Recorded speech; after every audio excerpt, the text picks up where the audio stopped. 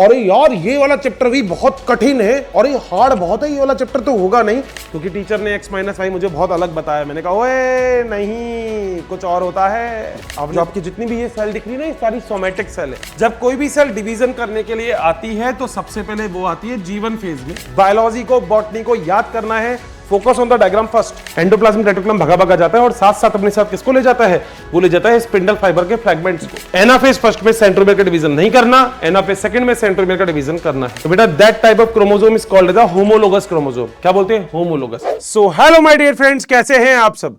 बहुत ही अच्छे होंगे। मैं हर्षित ठाकुरिया पीडब्ल्यू से स्वागत करता हूं आप सभी लोगों का।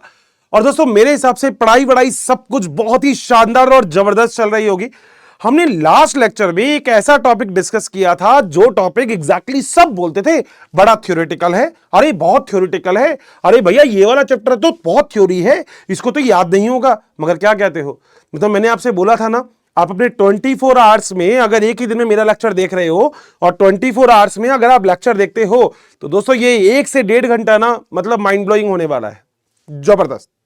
सेम टू सेम आज जो अपन पढ़ने वाले हैं आज वो भी बड़ी शानदार चीज है। और आज अपन पढ़ने वाले हैं सेल साइकिल और सेल डिवीजन। तो स्वागत करते हूं वापस से आप सभी लोगों का, मैं हर्षित ठाकुरिया पीडब्ल्यू से।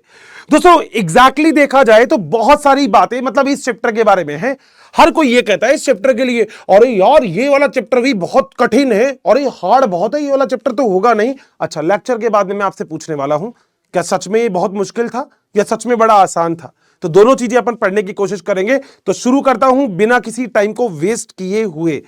दोस्तों सबसे पहली बात, जब हम इस चैप्टर की बात करते हैं तो ये चैप्टर की ओरिजिन कहां से हुआ?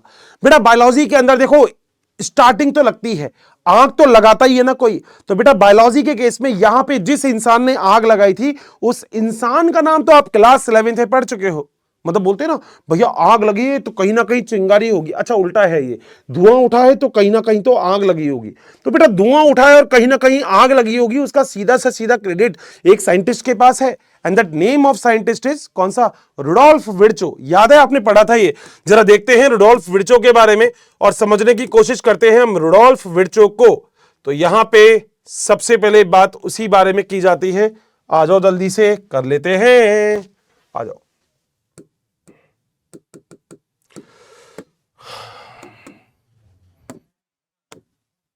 देखो भाई, आपको याद है हमने लास्ट क्लास में आपको एक चीज बताई थी जिसका नाम था modern concept of cell theory. मेरे ख्याल से सबको याद होगा modern concept of cell theory. और जब आपने ये modern concept of cell theory पढ़ी थी तब आपने ये भी पढ़ा था कि modern concept of cell theory given by, किसने दिया था बताओ जल्दी से फटाफट। Normal concept of cell theory तो दिया था एम.आई. श्लाइडेन और टी. श्वान, ठीक है, 1838 और 1839। मगर modern concept of cell theory दोस्तों देने का क्रेडिट था एक साइंटिस्ट के पास 1855 में, और नाम था भाई का क्या? Rudolf Virchow. याद है? और दोस्तों भाई ने एक बात बोली थी, भाई ने कहा था मैं जाऊंगा मगर मेरे जाने के बाद नाम जरूर याद आएगा, और उस चीज का नाम है ओमनिस सेल्यूला। ओमनिस सेल्यूला, ई सेल्यूला। भाई ने क्या बोला था जरा वो बता देता हूं।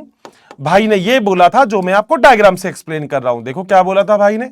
भाई ने बोला था ये, फिर भाई ने बोला था ये, फिर भाई ने बोला था ओकेस। और देखो जरा इन्होंने क्या बोल दिया था। ऐसे एक एरो लगाओ, एक एरो ऐसे लगा दो, एक एरो ऐसे लगा दो। बोलो बात सही है क्या? ये बताई थी इन्होंने बात। दोस्तों this is called as a new cell and this is called as a pre existing cell.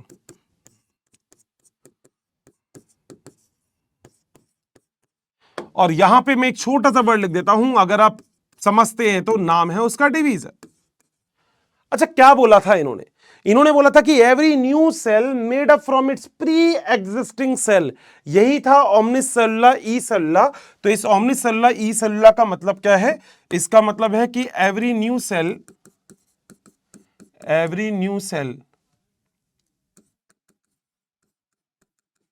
बोलो किससे बनेगा? वो बनेगा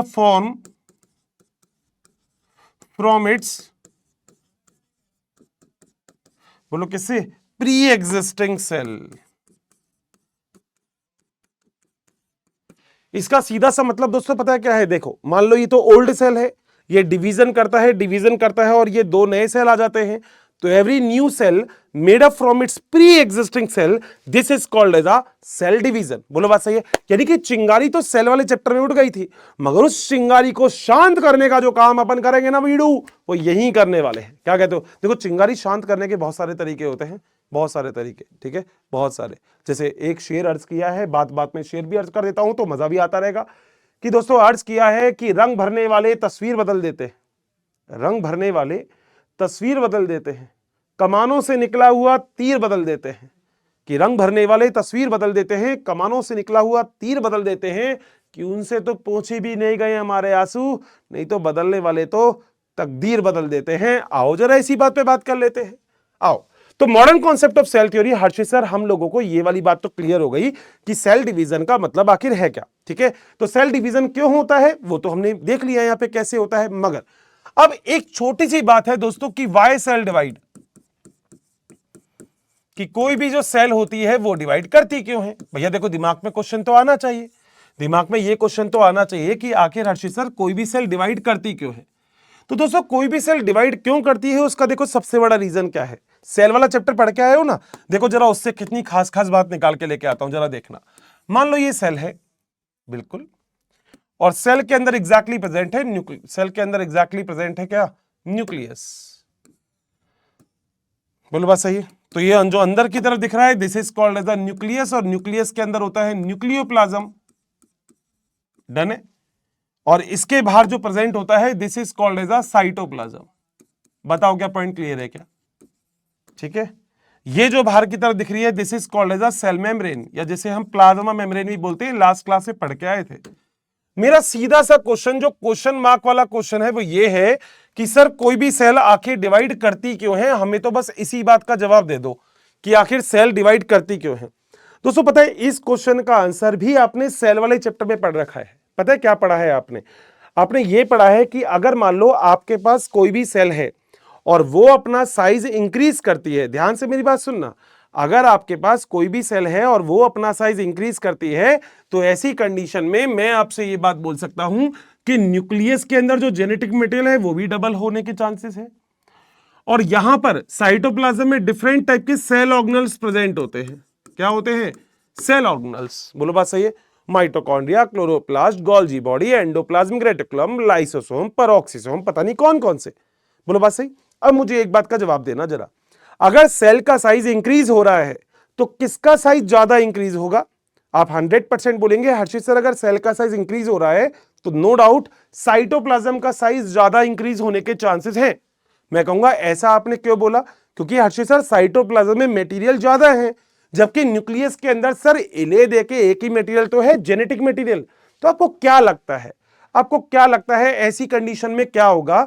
क्या मैं आपसे यह बोल सकता हूं ऐसी कंडीशन में यह होगा कि जो न्यूक्लियस है उसका साइज तो इतना नहीं बढ़ेगा जितना सेल का साइज बढ़ जाएगा, यानी कि सेल का साइज तो ज्यादा बढ़ेगा मगर न्यूक्लियस का साइज एज कंपेयर टू जो सेल होगा वो कैसा होगा? कम इंक्रीज होगा, ज्यादा इंक्रीज नहीं होगा, कम इंक्रीज होगा।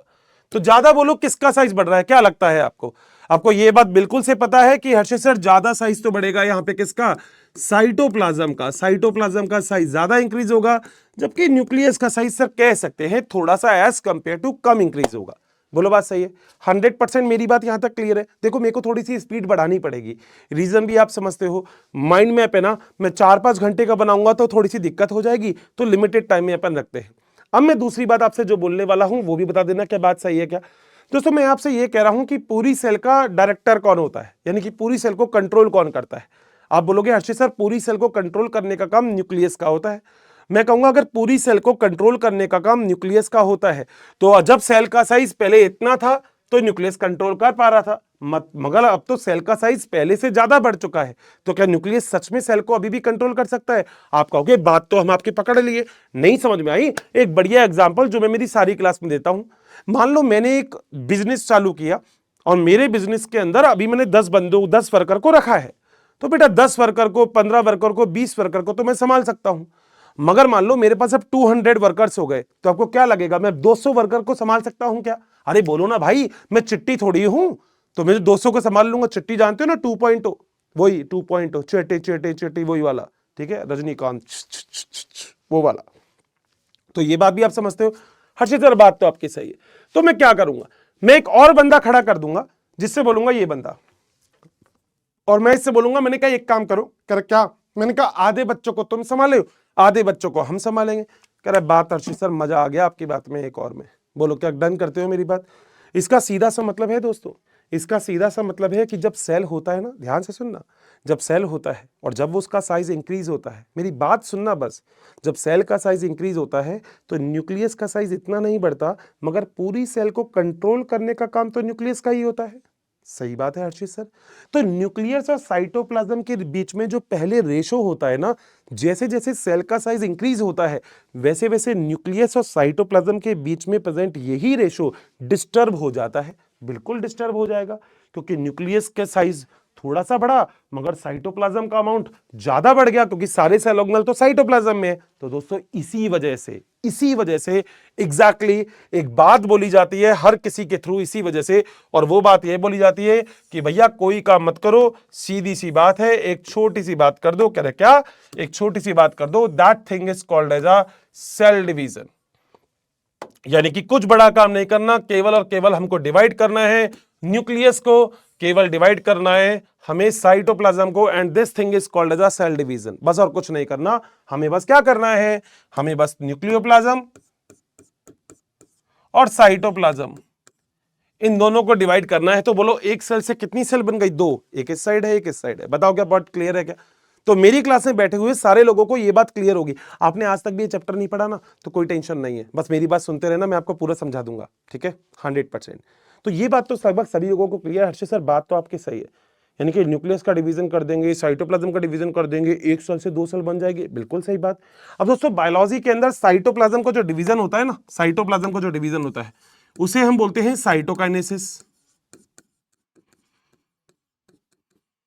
और जो न्यूक्लियस का डिवीजन होता है उसे हम बोलते हैं कैरियोकाइनेसिस।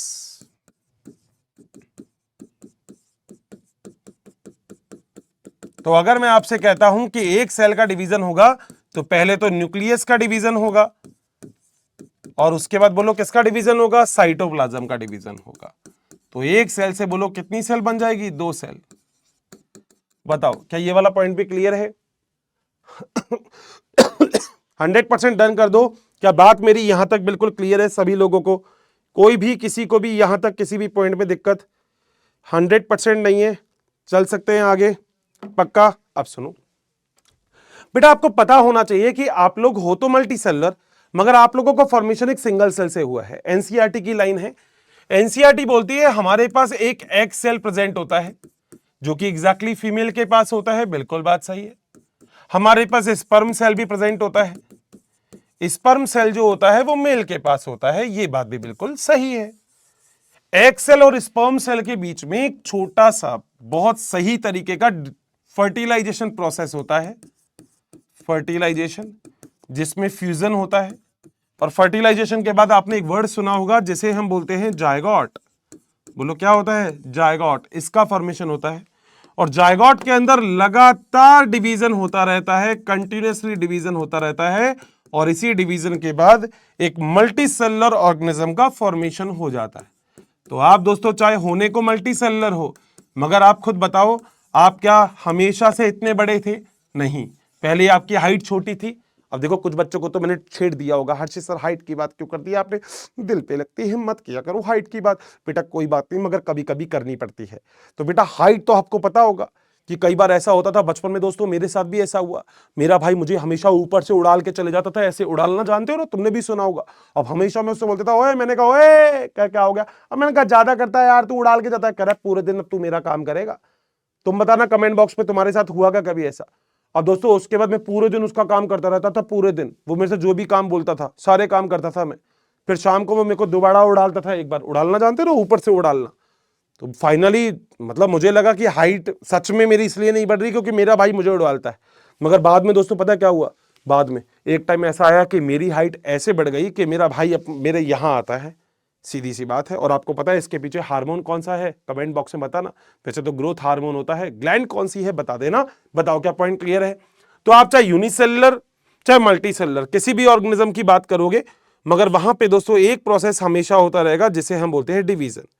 बताओ डन है क्या, चल सकता हूं आगे, ठीक है। अब सुनो, बेटा ओवरऑल हम लोग आज जिस डिवीजन के बारे में बात कर रहे हैं, वैसे तो हमें 3 टाइप के डिवीजन की बात करनी है, तो सबसे पहले हम जिस डिवीजन के बारे में बात करेंगे उस डिवीजन का नाम है माइटोसिस। क्या है? माइटोसिस। और दोस्तों mitosis is also called as a equational division. अब क्यों बोलते हैं इसको इक्वेशनल डिवीजन वो भी बताता हूं। देखो क्या मानते हो, मैंने डिवीजन का मतलब आपको क्या बताया? आप कहोगे हर्षित सर बड़ा आसान है, डिवीजन का मतलब आपने बोला एक सेल जो होती है उससे 2 सेल बन जाती है, this process is called as a division. मैंने कहा वाह क्या बात है, तुम्हें तो सब कुछ आता है। कह रहा है यही तो हर्षित सर, ये देखो बन गया, एक सेल से 2 सेल बनती है, यही तो होता है डिवीजन। सही बात।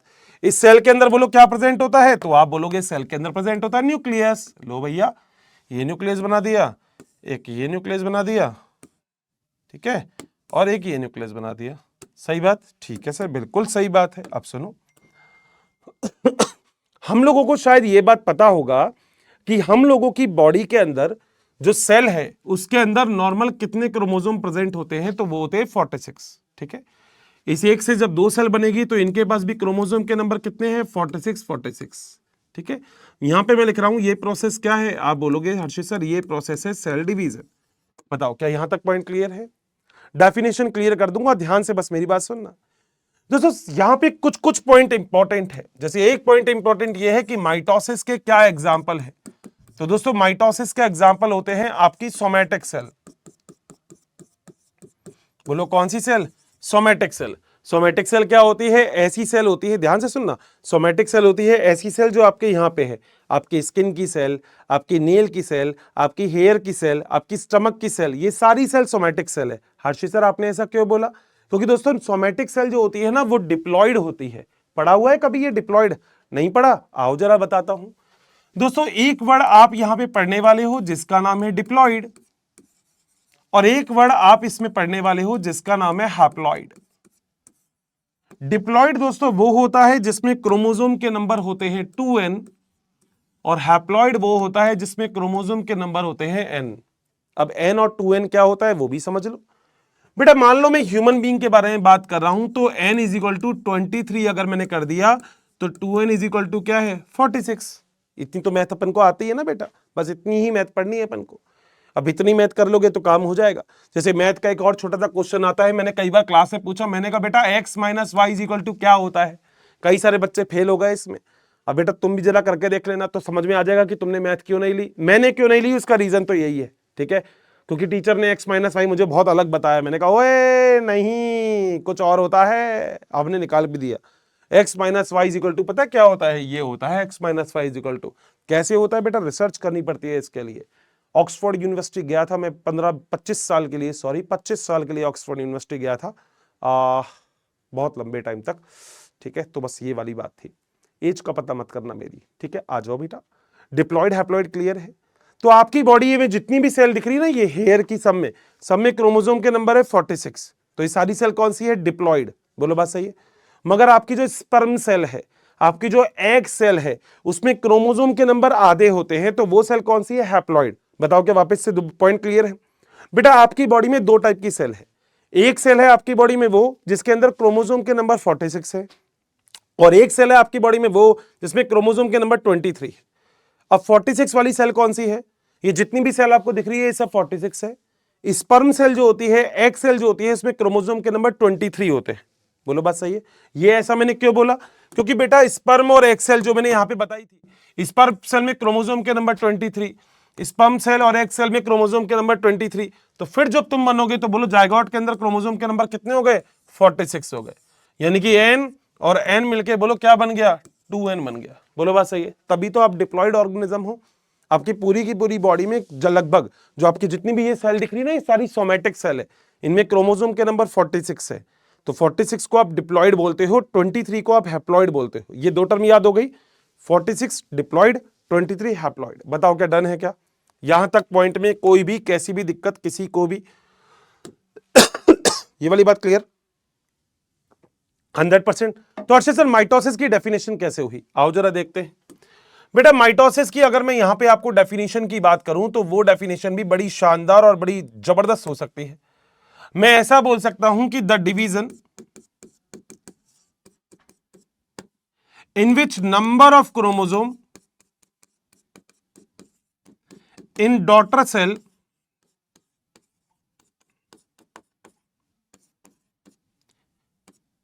is equal to its parent cell। बता दो क्या ये वाला बात मेरी क्लियर है क्या? ये वाली बात जो मैंने यहां पे लिखा है वही आपकी माइटोसिस है, ये जो लिखा है मैंने, बताओ क्या बात क्लियर है? This is called as a parent cell,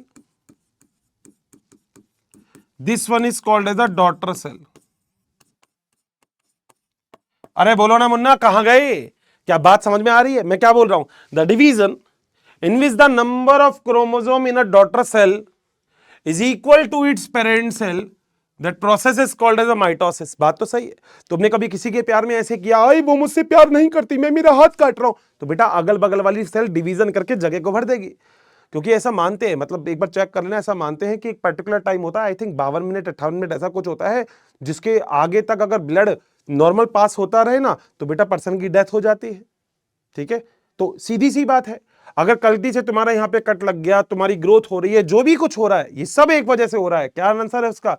उसका आंसर है माइटोसिस। मान लो बीच में तुम्हारी कोई सेल डैमेज हो गई, तो अड़ोस पड़ोस वाली सेल ये नहीं कहेगी मजे आ गए मजे आ गए, मेरा दुश्मन मर गया ना। अड़ोस पड़ोस वाली सेल कहेगी ओए कर क्या कर, चल भाई डिवीजन करने चलते हैं। कर क्यों? कह रहा भाई मर गई है वो, डिवीजन करके जगह भरते हैं, उसको साइड में करते हैं। ये सबसे इंपॉर्टेंट होता है। तो this process is called as a mitosis. बताओ क्या डेफिनेशन क्लियर है क्या? एक ऐसा डिवीजन जिसमें number of chromosome daughter cell के अंदर पेरेंट सेल के बराबर होते हैं, and that process is known as the mitosis process. बताओ क्या पॉइंट क्लियर? 100% डायग्राम देख के बता दो क्या डन करते हो क्या बात? अगर डन है तो फिर अपन आगे चलते हैं। पक्का 100%? कोई भी दिक्कत नहीं है, आ जाओ। अब बेटा ये जो चैप्टर था ना, इस चैप्टर में एक पॉइंट था जिसका नाम है सेल साइकिल। बोलो बात सही? अब आप कहोगे हर्षित सर अब सेल साइकिल का मतलब क्या होता है? बेटा सेल साइकिल का मतलब होता है पहला और आखिरी एक ही होना चाहिए, जहां से पकड़म पकड़ाई चालू हो वहीं पे जाके खत्म हो जाने चाहिए। बढ़िया एग्जांपल देता हूं। 10 रुपीज का नोट दिया तुमको, तुमने अपने पड़ोसी को दिया, उसने अपने पड़ोसी को दिया, उसने मुझे दे दिया। बेटा साइकिल है, पहला और आखिरी एक ही होना चाहिए, नॉन साइक्लिक। तुम्हें 1 करोड़ रुपए दिया बेटा, तुम भाग गए, नॉन साइकिल प्रोसेस। 1 करोड़ तो बहुत हो गया ना, भाग जाओगे ना। 1000 रुपए के लिए हो सकता है तुम नहीं भागो, मगर 1 करोड़ के लिए तो भाग जाओगे। नॉन साइकिल प्रोसेस है। तो दो टाइप के प्रोसेस होते हैं अपने पास, साइकिल और नॉन साइकिल। ये है साइकिल, पहला और आखिरी एक ही होना चाहिए, तो प्रोसेस का नाम क्या है? साइकिल। बताओ क्या पॉइंट क्लियर है? 100% चैप्टर का नाम ही है ये। ठीक है, तो बेटा सेल साइकिल को हम दो फेज में डिवाइड करते हैं। एक होता है इंटरफेज,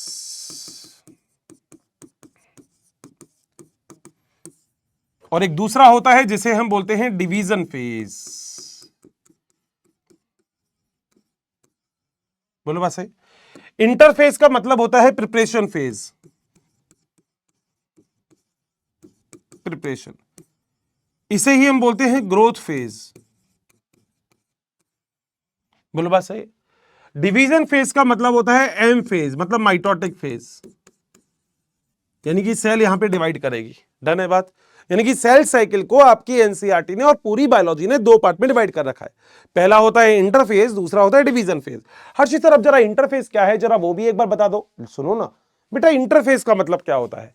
इंटरफेज का मतलब प्रिपरेशन। अब मतलब जैसे प्रिपरेशन तुम अपने एग्जाम की कर रहे हो, तुम्हारा एग्जाम मान लो फाइनल 3 आवर्स का है, मगर तुम पूरे साल तैयारी नहीं करते क्या? करते हो ना पूरे साल तैयारी। तो इंटरफेज तो प्रिपरेशन फेज है बेटा। जब तुम तैयारी कर रहे हो तो सेल भी तैयारी करेगी।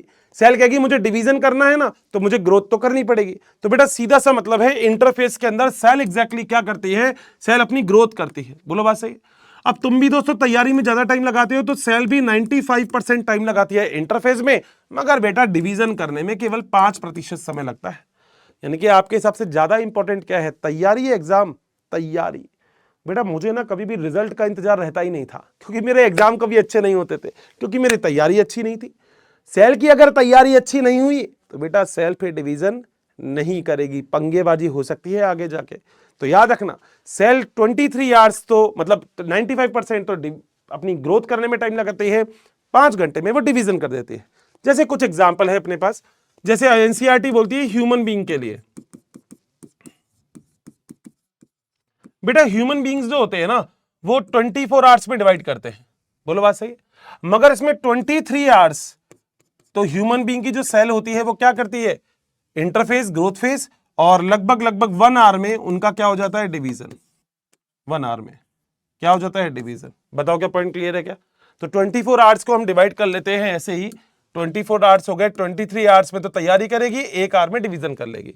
ऐसे ही दोस्तों ईस्ट के लिए याद रखना, ईस्ट का होता है 90 मिनट। ऐसे ही दोस्तों बैक्टीरिया के लिए याद रखना, जो बैक्टीरिया होता है उसका होता है कितना, 20 मिनट। अच्छा, ईस्ट के लिए एक बार 90 मिनट था ना, मैंने बेटा क्वेश्चन में दे दिया 1 आवर 30 मिनट। बच्चा कह रहा है अर्षित सर 90 मिनट तो ऑप्शन में है ही नहीं। बेटा 1 घंटे 30 मिनट जो होते हैं ना, वो भी 90 मिनट ही होते हैं, ठीक है। 1 घंटे में 60 मिनट होती है, 30 मिनट जोड़ लेना, 90 मिनट ही होंगे, ठीक है। बोलो क्या पॉइंट क्लियर है क्या? 100%। अच्छा, एक बात और याद रखना, एक बात और याद रखना बेटा, कोई भी सेल अगर डिवीजन करेगी ना तो पहले ग्रोथ करेगी दोस्तों, फिर डिवीजन करेगी। ये सेल को डिवीजन करना है तो पहले ग्रोथ करेगी फिर डिवीजन करेगी। यानी कि एक छोटी सी बात है यहां पे कि सेल पहले ग्रोथ करेगी, फिर डिवीजन करेगी, फिर ग्रोथ करेगी, फिर डिवीजन करेगी। बोलो बात सही है? ऐसा दोस्तों कभी भी नहीं होगा कि कोई भी सेल है दोस्तों ग्रोथ तो कर नहीं रही और डिवीजन कर रही है, तो डिवीजन करेगी तो दोस्तों बनने वाली सेल तो इससे भी छोटी होगी। ये वाली सेल भी मान लो डिवीजन कर रही है तो बनने वाली सेल तो और छोटी होगी। ये वाली सेल भी डिवीजन कर रही है तो बनने वाली सेल तो और छोटी होगी। ये सेल भी डिवीजन करनी है तो बनने वाली सेल तो और छोटी होगी। एक टाइम ऐसा आएगा दोस्तों सेल खत्म ही हो जाएगी। बोलो बात सही है क्या? सो इसका सीधा सा मतलब क्या है बेटा, मतलब कुछ एग्जांपल तो ऐसे हैं जो मैं क्लास में देता हूं ना तो बच्चा भी कहता है अच्छे से समझ में आ गया। जैसे एक पापा के पास मान लो 100 बीघा जमीन है, 100 बीघा, 50 बीघा एक को दे दी, 50 बीघा एक को दे दी। 2 बच्चे थे उनके, उनके भी 2 बच्चे हुए तो 25-25 बीघा दे दी। उनके भी 2 बच्चे थे तो 12.5 बीघा दे दी। सही है, ऐसे बच्चे हुए गए, उनके भी लाखों करोड़ों जनरेशन के बाद बेटा अगर ग्रोथ नहीं की किसी ने भी तो बेटा लास्ट वाली जनरेशन तो ऐसा है कि क्या पापा ने जमीन दी है, घर जाऊंगा इसमें कुछ उगाऊंगा, बेटा इतनी ही बचेगी जमीन। सही बात है क्या? इसका सीधा सा मतलब है कि कोई भी सेल लगातार डिवाइड नहीं कर सकती वो पहले क्या करेगी, ग्रोथ, फिर क्या करेगी, डिवीजन। तो नीचे वाला तरीका जो है ये तो गलत है, मगर ऊपर वाला तरीका सही है कि कोई भी सेल पर ग्रोथ करती है फिर सेल डिवीजन करती है। बताओ क्या पॉइंट क्लियर है? ये वाली बात भी क्लियर है क्या? ये यहां तक अगर सब कुछ क्लियर है तो डन कर दो, फिर अपन चलते हैं आगे। बताओ चलें आगे? पक्का कोई भी दिक्कत नहीं है? आ जाओ, आओ बच्चों तुम्हें दिखाएं आगे क्या है। आओ आओ मेरे बालक आओ, कुछ नई चीज देखते हैं। आ जाओ, कहाँ गया ये रहा। आओ देखो, अब कुछ चीज और समझते हैं। देखो इसका मतलब हर्षित सर ये था कि कोई भी एक सेल है, हाँ, वो सेल पहले ग्रोथ करेगी, हाँ, फिर वो सेल डिवीजन करके 2 सेल बनाएगी। बहुत बढ़िया, क्या बात है, तुम समझ गए हो। सर इसका मतलब एरो भी लगा दो। मैंने कहा लो ना मेरे बेटा, लो बेटा, लाल मेरे लाल करते हैं कुछ कमाल। ये करा एक एरो, ये करा एक एरो, ये निकाला यहां से, ये निकाला यहां से, बेटा काम हो गया। सही बात। अब आओ, क्या मैं इसको बोल सकता हूं ये है पेरेंट सेल? सही है। क्या मैं बोल सकता हूं कि ये है डॉटर सेल?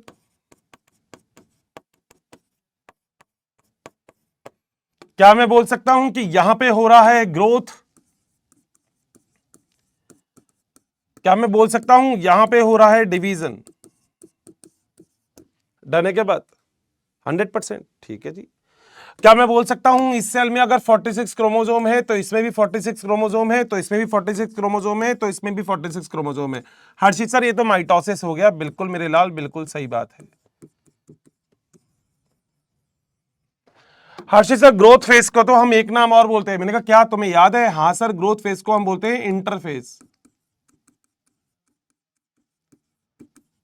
और हर्षित सर डिवीजन फेज को हम बोलते हैं माइटोटिक फेज या एम फेज। बताओ क्या पॉइंट क्लियर है? 100%। अच्छा अब सुनो बेटा, ग्रोथ अब एक फेज हो गई, मगर इसके अंदर भी कुछ फेज है। जैसे आप घर से निकले हो और आप स्कूल पहुंच गए, तो ये थोड़ी घर से निकलते ही स्कूल पहुंच गए, नहीं। तुम पहले अपने कमरे से निकलोगे, अपने घर की बिल्डिंग से निकलोगे, रोड पे जाओगे, फिर स्कूल की बिल्डिंग में जाओगे, फिर उसके बाद अपने क्लासरूम में जाओगे। ऐसे ही तो होता है। सेम यहां पर है। इंटरफेस को दोस्तों 3 पार्ट में डिवाइड किया गया है। एक होती है G1, एक होती है एस, एक होती है G2। सीक्वेंस बड़ा इंपॉर्टेंट है, याद रखना। G1 को बोलते हैं गैप 1, G2 को बोलते हैं गैप 2, ठीक है। और बेटा एस फेज को बोलते हैं सिंथेसिस ऑफ डीएनए फेज। सब कुछ यहां पर रहेगा, आपको एनसीईआरटी इसके बाद पढ़ने की भी जरूरत नहीं है, मगर देखना दोस्तों सामने पड़ेगा। देखो माइंड मैप की तरह से चले तो मजा आता है, क्या कहते हो? सही बात है ना, है ना? तो मतलब कुछ शेर तो पुराने हो जाते हैं, मगर मुझे क्या करूं, मुझे ज्यादा शेर आते नहीं है, बहुत कम आते हैं। एक और शेर आ रहा है, सुनाऊं क्या? पक्का? हाँ बेटा मतलब बड़ा प्यारा आ रहा है। अच्छा चलो शेर छोड़ो, मैं ना मतलब अभी कुछ बताऊंगा। चलो चलो एक शेर तो अभी अर्ज कर देते हैं, फिर पुराना शेर है मगर मजा आ जाएगा। कि अर्ज किया है कि ऐसे मत देखो, मैं भूल जाऊंगा। हाँ मतलब ऐसे यूं रहो ना तो याद रहेगा, ऐसे रखो। हाँ ऐसे ही रहना, ऐसे रहना। हाँ कि बारिश की बूंदें खिड़की से अच्छी लगती है, सीलिंग से नहीं। कि बारिश की बूंदें खिड़की से अच्छी लगती है, सीलिंग से नहीं। कि खेलना है तो खिलौनों से खेलो, किसी की फीलिंग से नहीं। वाह वाह वाह सर वाह। विभाजन के, अच्छा डिवीजन के अंदर, अच्छा हिंदी में विभाजन है बेटा, ये है ना, इंग्लिश में डिवीजन है, ठीक है। तो ये मतलब बड़ा ही अलग चीज है। चलो आ जाओ अपन आगे चलते हैं, आगे चलते हैं, ठीक है। उसके बाद बेटा, उसके बाद आती है एम फेज। एम फेज का मतलब डिवीजन। डिवीजन दोस्तों दो चीजों का होगा, पहले न्यूक्लियस का डिवीजन, न्यूक्लियस के डिवीजन को बोलते हैं कैरियोकाइनेसिस। उसके बाद सेल का डिवीजन, उसे हम बोलते हैं साइटोकाइनेसिस,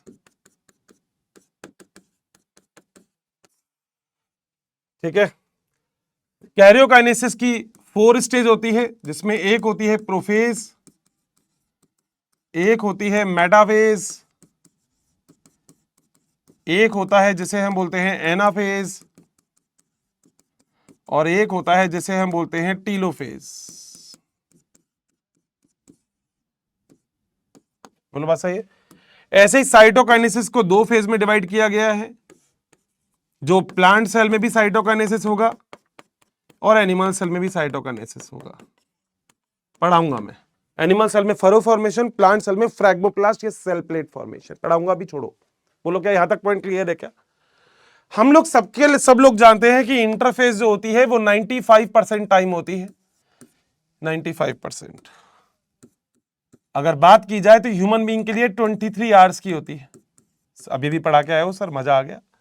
एम फेज या डिवीजन फेज 5% टाइम की हो रही है, यानी कि देखा जाए तो केवल 1 आवर के लिए होती है, 1 आवर के लिए। सर बहुत बढ़िया, मजा आ गया, ठीक है भाई। इंटरफेस टोटल 23 आवर्स की होगी। तो दोस्तों इसमें जो G1 होगी वो 11 आवर्स की होगी, जो S होगी वो 8 आवर्स की होगी, जो G2 होगी वो 4 आवर्स की होगी।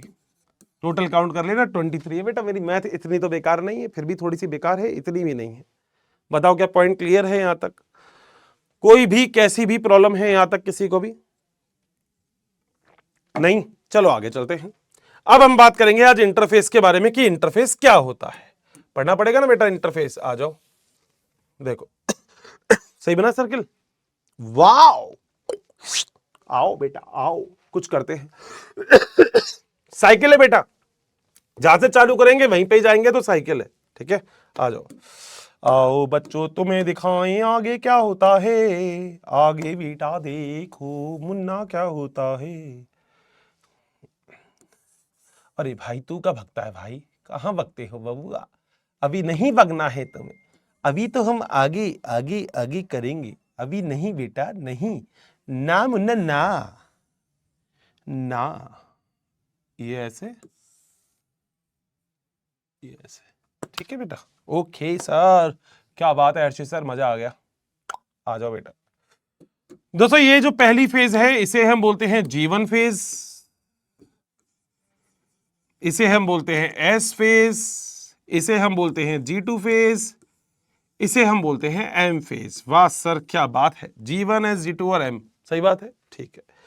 मेरे जितने भी क्लास में धुरंधर बैठे हैं उन सभी धुरंधरों को एक बात और अच्छे से पता है। अर्षित सर क्या पता है हमें? हमें तो खुद को नहीं पता। हमें क्या पता है कि अगर कोई भी सेल अगर डिवीजन करेगी तो सबसे पहले अपनी इंटरफेज में आएगी, और इंटरफेज को 3 फेज में डिवाइड करते हैं, G1 S और G2। तो आ जाओ बेटा, सेल जाएगी सबसे पहले G1 में, उसके बाद सेल जाएगी G2 में, उसके बाद सेल जाए नहीं S में, फिर जाएगी G2 में। बोलो बात सही है? यहां से यहां तक, यानी कि यहां से चालू करना है और यहां पर खत्म कर देना है।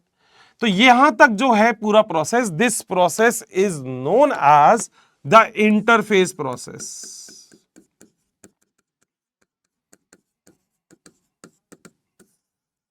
बताओ क्या बात क्लियर है? कौन सा प्रोसेस है? Interphase process. आगे चले, आ जाओ बेटा। जो G1 होती है वो 11 आवर्स की होती है, S होती है 8 आवर्स की, G2 होती है 4 आवर्स की, M होती है 1 घंटे की। देखा जाए तो यहां से जब ये सेल आएगी तो एक सेल से 2 सेल में डिवाइड हो जाएगी। यही तो था एम फेज। एम फेज में साइटोकाइनेसिस और कैरियोकाइनेसिस और साइटोकाइनेसिस, तो एक सेल 2 सेल में डिवाइड हो जाएगी। बताओ क्या पॉइंट क्लियर है क्या? 100% मेरे लाल, पक्का? क्या चले आगे? जल्दी से बता दो। क्या यहां तक सारे पॉइंट क्लियर हैं? तो अपन आगे चल सकते हैं। चलें, अब सुनो बेटा। बेटा G1 फेज में क्या हो रहा है? G1 फेज में कई सारे काम होते हैं जो सेल करती है, कई सारे काम। जैसे G1 फेज में सेल आएगी, फिर जाएगी S में, फिर जाएगी G2 में, फिर जाएगी M में, एक सेल से 2 सेल बन जाएगी। सर बहुत खुशी की बात है। अब G1 में दोस्तों क्या क्या होगा? दोस्तों G1 में ATP का फॉर्मेशन होगा, एनर्जी तो चाहिए होगी सेल को, ठीक है। G1 के अंदर अमीनो एसिड का फॉर्मेशन होगा, बहुत खुशी की बात है, ठीक है।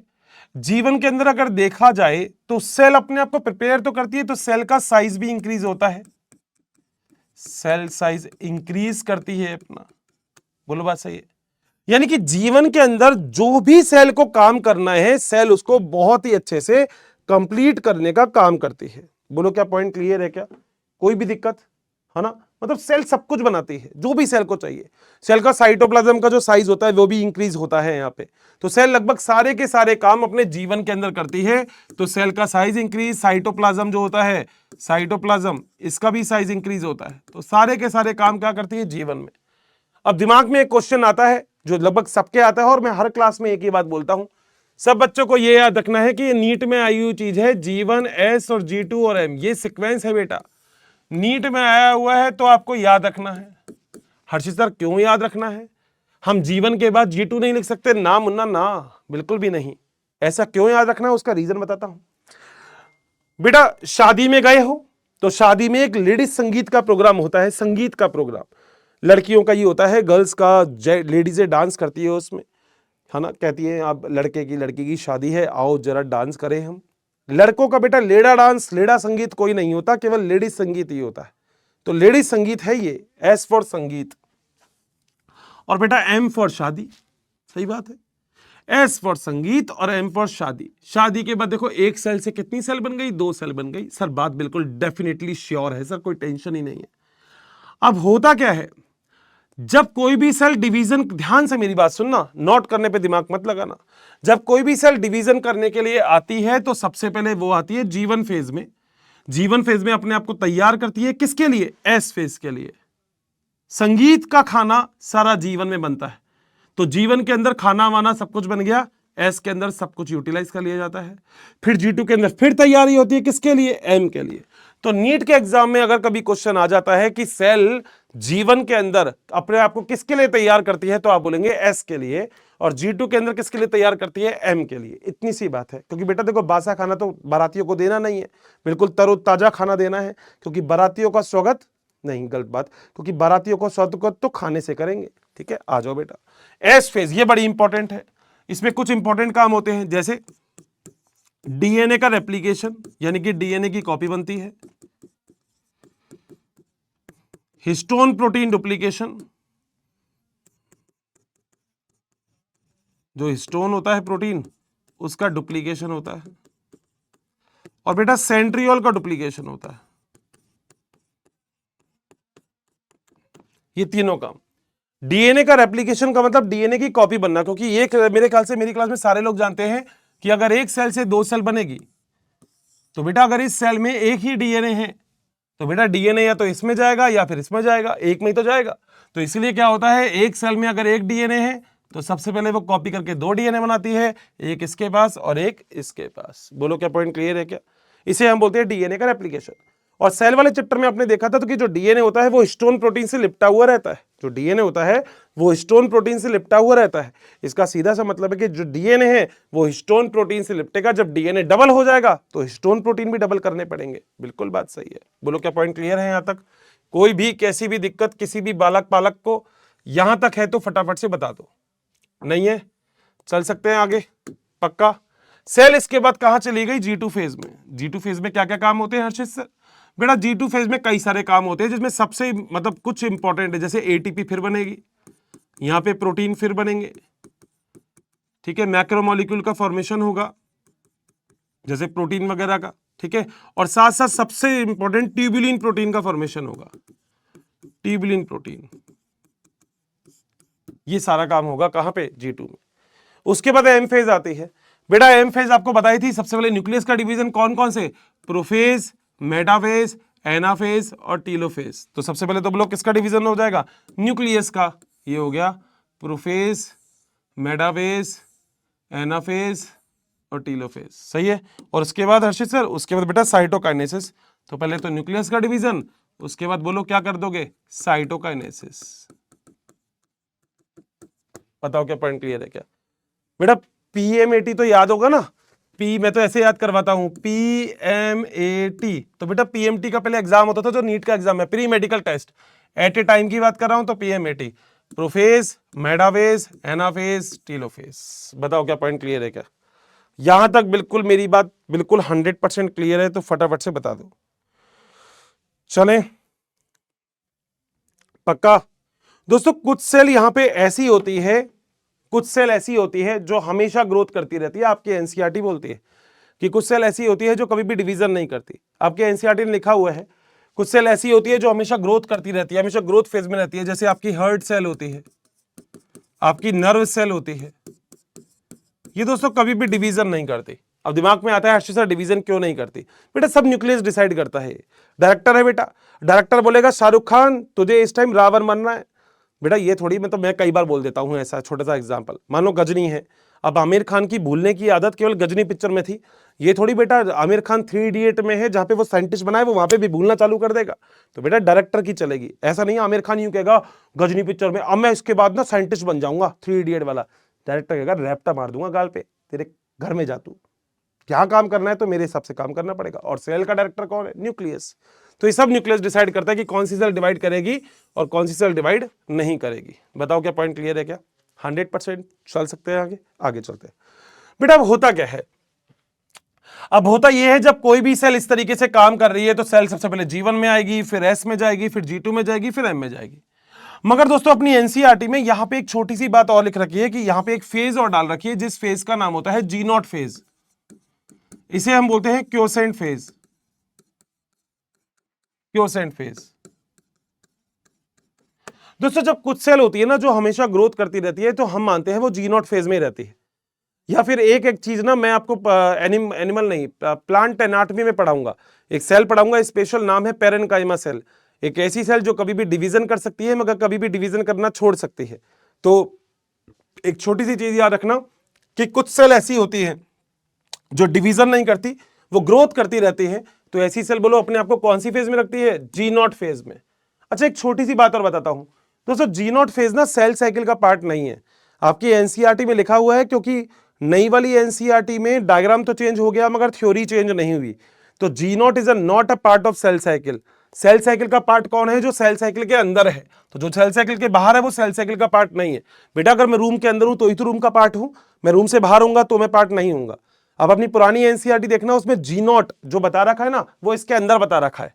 मगर नई वाली एनसीईआरटी में G0 तो बाहर बता दिया, मगर भाई लोगों से भी गलती हो गई, उन्होंने थ्योरी नहीं चेंज की। तो जब करेंगे तब देख लेंगे अपन, अभी तो उन्होंने थ्योरी नहीं चेंज की। क्या चल सकते हैं आगे? पक्का यहां तक पॉइंट क्लियर है?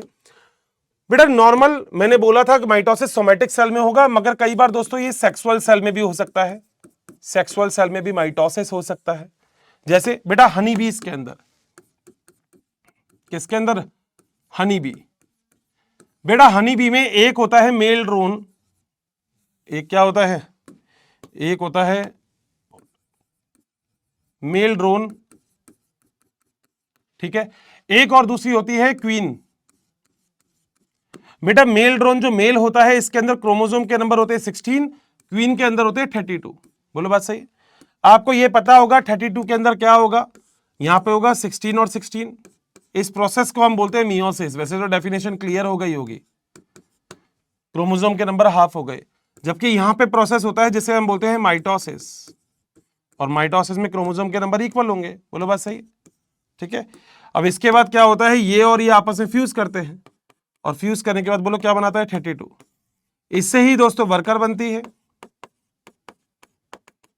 और इससे ही क्या बनती है, क्वीन भी बनती है। वर्कर से ही क्वीन बनती है। बोलो बात सही है 100%। अच्छा एक छोटा सा क्वेश्चन है, मेल कैसे बनता है। वैसे तो अगली क्लास में मैं बताऊंगा, मगर आप मेरे को बताना मेल कैसे बनता है। एक पी से आंसर चालू है, पी से, और एस पे खत्म है। एस पे जरा बताना मेरे को आंसर क्या है, मेल कैसे बनेगा। तो यहां पे बस एक एक्सेप्शन केस है कि हम हमेशा मानते हैं कि माइटोसिस सेक्सुअल सेल के लिए नहीं होता, मगर यहां पे देखो सेक्सुअल सेल के लिए भी हो रहा है माइटोसिस। गैमेट्स का फॉर्मेशन माइटोसिस के थ्रू ही हो रहा है। तो दिस इज द गैमेट्स। ये क्या है, ये गैमेट्स है। बताओ क्या पॉइंट क्लियर है यहां तक 100%, कोई भी दिक्कत नहीं है। आ जाओ बेटा आगे चलते हैं। आओ अब जरा फटाफट से चलते हैं, क्योंकि अब अपने काम की चीजें जो है वो कंप्लीट हो चुकी है, तो अब हम चलेंगे आगे। आओ बेटा।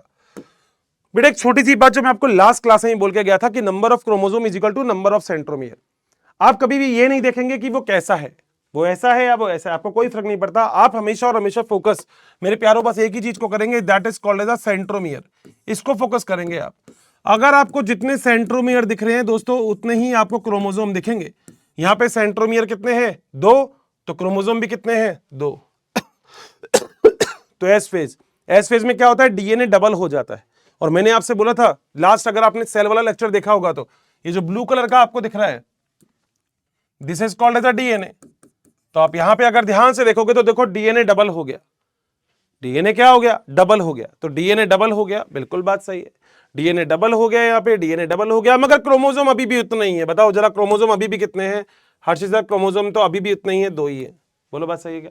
इसके बाद कुछ नहीं करना, सेंट्रोमियर का डिवीजन करना है। डिवीजन करने के बाद 2 सेल बना देंगे, वो आगे की बात करेंगे। ये देख लो, ये मैंने पहले आपको पढ़ा चुका हूं।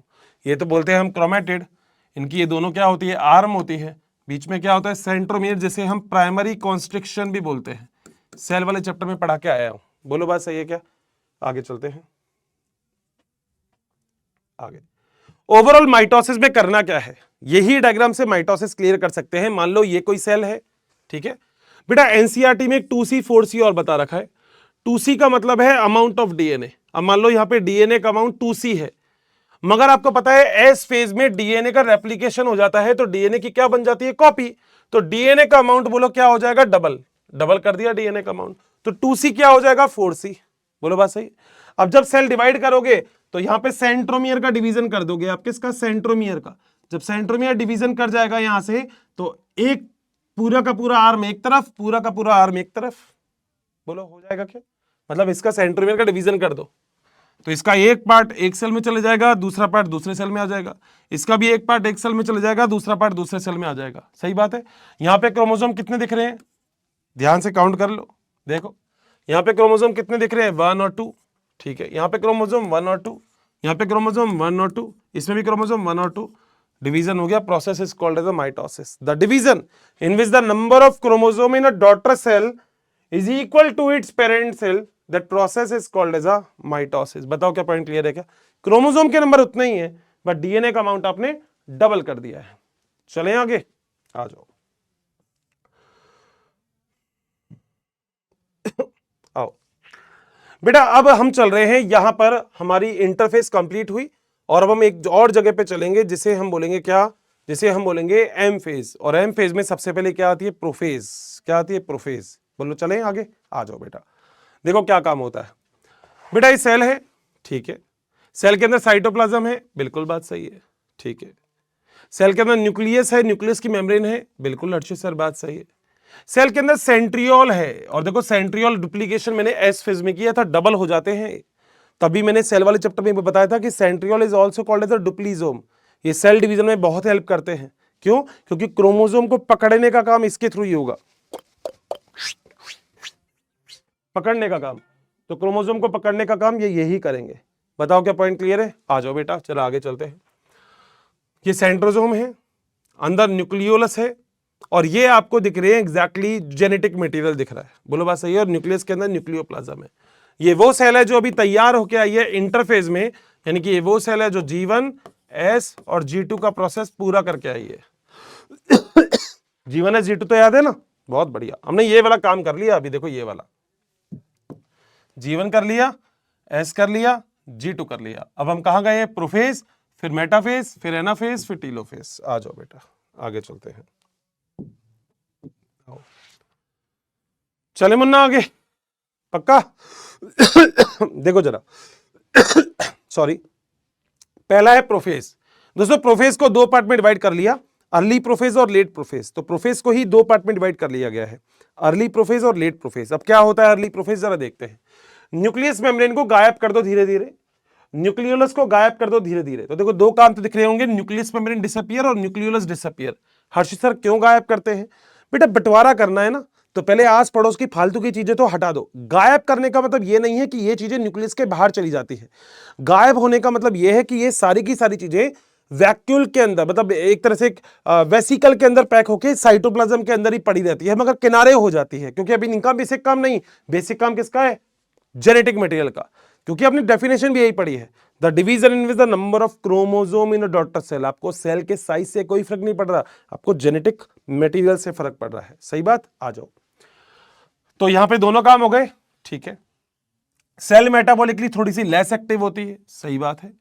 बेटा यहां पे जो जेनेटिक मटेरियल जो पहले क्रोमेटिन डीएनए की फॉर्म में होते हैं वो अब कंडेंस होना चालू होते हैं। जब दो भाइयों के बीच में बंटवारा होता है ना, तो जो चीजें फैली हुई होती है उनको पास पास बुलाया जाता है कि भाई तुम भी यहाँ हो, तुम भी यहाँ हो, बैठ के बात करते हैं। तो जो जेनेटिक मटेरियल बिखरा हुआ है उनको बेटा कंडेंस करते हैं। तो अभी क्रोमोजोम नहीं, अभी बनेगा प्रो क्रोमोजोम, क्रोमोजोम से पहले वाली स्ट्रक्चर, सही है। और जो सेंट्रोजोम्स हैं ये बेटा पोल की ओर जाने की कोशिश करेंगे, क्योंकि इनका काम पोल पे पहुंच के ही है। क्या है मैं बताता हूं, ये मगर मूव करेंगे अभी। वो कहेगा मैं जा रहा हूं, ये इस साइड वाला भी कहेगा मैं भी जा रहा हूं, ओके बाय बाय, अच्छा टेक केयर, बस ऐसी बात होगी। डर है क्या बात, पक्का? कुछ भी नहीं है, ध्यान से देखो तो कुछ भी नहीं है। डायग्राम अगर याद देगा, देखो मैं आपसे हमेशा बोलता हूं बायोलॉजी को, बॉटनी को याद करना है, focus on the diagram first. दुनिया लिखवाती है थ्योरी बेटा है ही नहीं बायोलॉजी थ्योरी। अगर थ्योरी होती तो बताओ मैं कैसे याद करता। मैं लिटरली यहां पे भी ये इसलिए लेके आता हूं क्योंकि मुझे लगता है मेरे पास टाइम की कमी है। अगर मेरे पास प्रॉपर टाइम होता तो मैं आपको डायग्राम ही बना के दिखाता, ठीक है। एग्जैक्टली मैंने ही बनाए हैं, तो हैंड राइटिंग तो खैर आपको अच्छी लग रही हो नहीं लग रही हो बताना जरूर। आ जाओ बेटा लेट प्रोफेज में। अर्ली और लेट प्रोफेज क्या होता है सबको पता है ना? नहीं पता? आ जाओ ये भी समझा देता हूं पहले। बेटा मान लो ये पूरा प्रोफेज है, ठीक है। अगर सेल यहां पर है तो सेल है अर्ली प्रोफेज में ये, और अगर सेल यहां से मूव करके यहां चली गई तो सेल है लेट प्रोफेज में। बस यही अंतर बता रखा है अर्ली और लेट का मतलब, सही है। तो सेल ने अभी तक क्या काम किया आपको पता है, न्यूक्लियस मेम्ब्रेन डिसअपीयर कर दी, बहुत बढ़िया। न्यूक्लियोलस डिसअपीयर कर दिया, बहुत बढ़िया। जो क्रोमेटिन मटेरियल था वो कंडेंस होकर प्रो क्रोमोसोम बन रहा है, यानी कि क्रोमोसोम तो नहीं बना, बनेगा अभी, बहुत ही बढ़िया। सेंट्रोसोम जा रहे हैं पोल पे, सायोनारा सायोनारा। चले आगे, आ जाओ। सेंट्रोसोम भाई अभी भी पोल पे मूव कर रहे हैं, जाने दो बेटा इनको, तो कोई टेंशन नहीं है। जो प्रो क्रोमोसोम है वो क्रोमोसोम में डेवलप हो गया, न्यूक्लियस मेम्ब्रेन गायब हो गई, न्यूक्लियोलस भी गायब हो गया। देखो क्या लिखा हुआ है यहाँ पे, न्यूक्लियर मेम्ब्रेन डिसअपीयर हो गई, लगभग हो ही जाती है, मेटाफेज में पहुंचेगी तो हो जाएगी। यहाँ पे प्रो क्रोमोसोम क्रोमोसोम में बदल जाएंगे, सेंट्रोसोम पोल पर जा रहे हैं और एस्ट्रल रे का फॉर्मेशन हो रहा है। एस्ट्रल रे क्या होती है, बड़ा ही कंफ्यूजन है, मगर इसके लिए आप लोगों के लिए एक डायग्राम लेके आया हूं मैं एस्ट्रल रे समझाने के लिए। अगर आपने कभी भी सेंट्रोसोम पढ़ा तो आपको पता है सेंट्रोसोम हमेशा पेयर में होता है, बोलो बात सही है, ठीक है। तो centrosome radial out some microtubule, जैसे हम क्या बोलते हैं एस्टर। तो यहां पे देखो ये दिख रहा है, ये this is called as aster, ये एस्टर है, एस्टर है। बेटा एक छोटी सी बात है ना, जब मान लो मुझे किसी बंदे को बाहर निकालना है गड्ढे में से, तो पहले मैं खुद भी तो किसी चीज को पकड़ूंगा। मान लो मैंने तो किसी चीज को पकड़ा नहीं, तो बेटा हम तो डूबेंगे सनम, तुम्हें भी ले डूबेंगे, वो बेटा मुझे भी लेके नीचे डूब जाएगा। इससे बढ़िया हम दोनों एक दूसरे का हाथ पकड़ेंगे, वो मुझे खींचेगा, मैं मतलब वो मुझे नहीं, मैं उसे खींचूंगा तो ऊपर निकाल सकता हूं। तो ये सेंट्रोसोम का काम है। तो सेंट्रोसोम एस्ट्रल रे डेवलप करते हैं खुद को स्टेबल रखने के लिए, ठीक है। प्लांट सेल के अंदर सेंट्रोसोम प्रेजेंट नहीं होती, इसलिए प्लांट सेल में एनेस्ट्रल डिवीजन होता है, याद रखना इंपॉर्टेंट है। मैंने सेल वाले चैप्टर में भी पढ़ाया था कि एस्ट्रल प्लांट सेल में एब्सेंट होती है, जबकि एनिमल सेल में एस्ट्रल रिप्रेजेंट होती है, तो इसे हम एस्ट्रल डिवीजन बोलते हैं, ठीक है। दो एस्टर और स्पिंडल फाइबर मिला के स्पिंडल एपरेटस कहलाते हैं। ठीक है, स्पिंडल एपरेटस हम इस पूरी स्ट्रक्चर को बोल सकते हैं।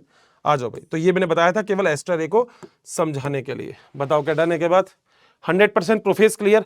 ओवरऑल प्रोफेज में क्या हुआ, जो क्रोमेटिन की फॉर्म में जेनेटिक मटेरियल था वो अभी एग्जैक्टली क्रोमोसोम की फॉर्म में आ गया। न्यूक्लियस मेम्ब्रेन लगभग गायब हो गई, न्यूक्लियस लगभग गायब हो गए, और सेंट्रोसोम जो है वो पोल पे लगभग पहुंचने वाले हैं। बस ये है प्रोफेज। बताओ क्या डन है क्या बात? चलें आगे। ओके सर, आ गया बेटा। अगला है मेटाफेज। बेटा आपको याद हो तो मैंने मेटासेंट्रिक क्रोमोसोम बताया था, और मेटा का मतलब ही बीच में होता है। क्या होता है मेटा का मतलब? मेटा का मतलब ही क्या होता है? बीच में। ठीक है, बीच में होता है। तो मेटाफेज का मतलब है बीच में। तो सेंटर में आपको किसी चीज को लगाना है तो this phase is called as a metaphase. अब आप देखो जरा क्या होता है। दो फेज होती है, अर्ली मेटाफेज और लेट मेटाफेज। जरा इसे क्या बोलते हैं? मेटाफेज के अंदर क्रोमोसोम का पूरा कंडेंसेशन हो जाता है इस स्टेज में। सो अगर क्रोमोसोम की मॉर्फोलॉजी की बात करें, अगर क्रोमोसोम की मॉर्फोलॉजी की बात करें तो मॉर्फोलॉजी बोलो कौन सी फेज में आएगी? मेटाफेज के अंदर। मॉर्फोलॉजी जानते हो ना, क्रोमोसोम पूरा कंडेंस हो जाएगा। तो अगर आपको बाहर से देखना है ओहो कैसा लग रहा है, तो बेटा मेटाफेज ही डिसाइड करता है वो। चलें आगे। तो बेटा यहां पे सेंट्रोसोम जो होता है वो पोल पर लगभग पहुंच जाता है, तो लगभग पहुंचा ही देना है इसको। Chromosome free in the cytoplasm. Chromosome बिल्कुल साइटोप्लाज्म में फ्री है क्योंकि अब तो न्यूक्लियस मेम्ब्रेन है ही नहीं। और kinetochore attach to spindle fibre. आपको याद होगा मैंने सेल वाले चैप्टर में बताया था कि एक डिस्क लाइक स्ट्रक्चर प्रेजेंट होती है सेंट्रोमियर के ऊपर, जिसे हम काइनेटोकोर कहते हैं, प्रोटीन से बनी हुई। तो बेटा स्पिंडल फाइबर जो होते हैं ना, ये स्पिंडल फाइबर होते हैं। ये व्हाइट कलर के जो दिख रहे हैं, this is the spindle fibre. अब आप कहोगे स्पिंडल फाइबर क्या होते हैं? बेटा क्रोमोसोम को पकड़ना है, क्रोमोसोम पकड़े जाएंगे तभी तो क्रोमोसोम का डिवीजन संभव होगा। ठीक है, तो स्पिंडल फाइबर यहां पे अटैच हो जाते हैं। इसके बाद जब ये पूरे के पूरे लेट मेटाफेज में सेंट्रोमियर पोल पे पहुंच जाएंगे तो क्रोमोसोम बताओ कहां आ जाएगा? बीच में। And that's why the phase is called as a late metaphase और मेटाफेज। तो कुछ दिक्कत नहीं है। मेटाफेज के अंदर बस आपको एक काम रखना है, morphology. M for metaphase, M for morphology, पहली बात। दूसरा, मेटाफेज में क्रोमोसोम को स्पिंडल फाइबर मतलब स्पिंडल फाइबर के थ्रू क्रोमोसोम को बिल्कुल मिड प्लेट पे एडजस्ट कर देते हैं। बताओ क्या पॉइंट क्लियर है क्या? तो सेंट्रोसोम पोल पे पहुंच जाते हैं और क्रोमोसोम कहां? इक्वेटर प्लेट यानी कि बीच में अलाइन हो जाती है। बताओ क्या यहां तक बात क्लियर है? अगला दोस्तों जिसका नाम है एनाफेज। एनाफेज का मतलब क्या होता है? एनाफेज का मतलब है डिवीजन। डिवीजन किस चीज का? सेंट्रोमियर का। तो सेंट्रोमियर का डिवीजन कर दो बस, जो बीच में था ना यूं, उसको डिवीजन करना है बस, और कुछ नहीं करना। आ जाओ बेटा।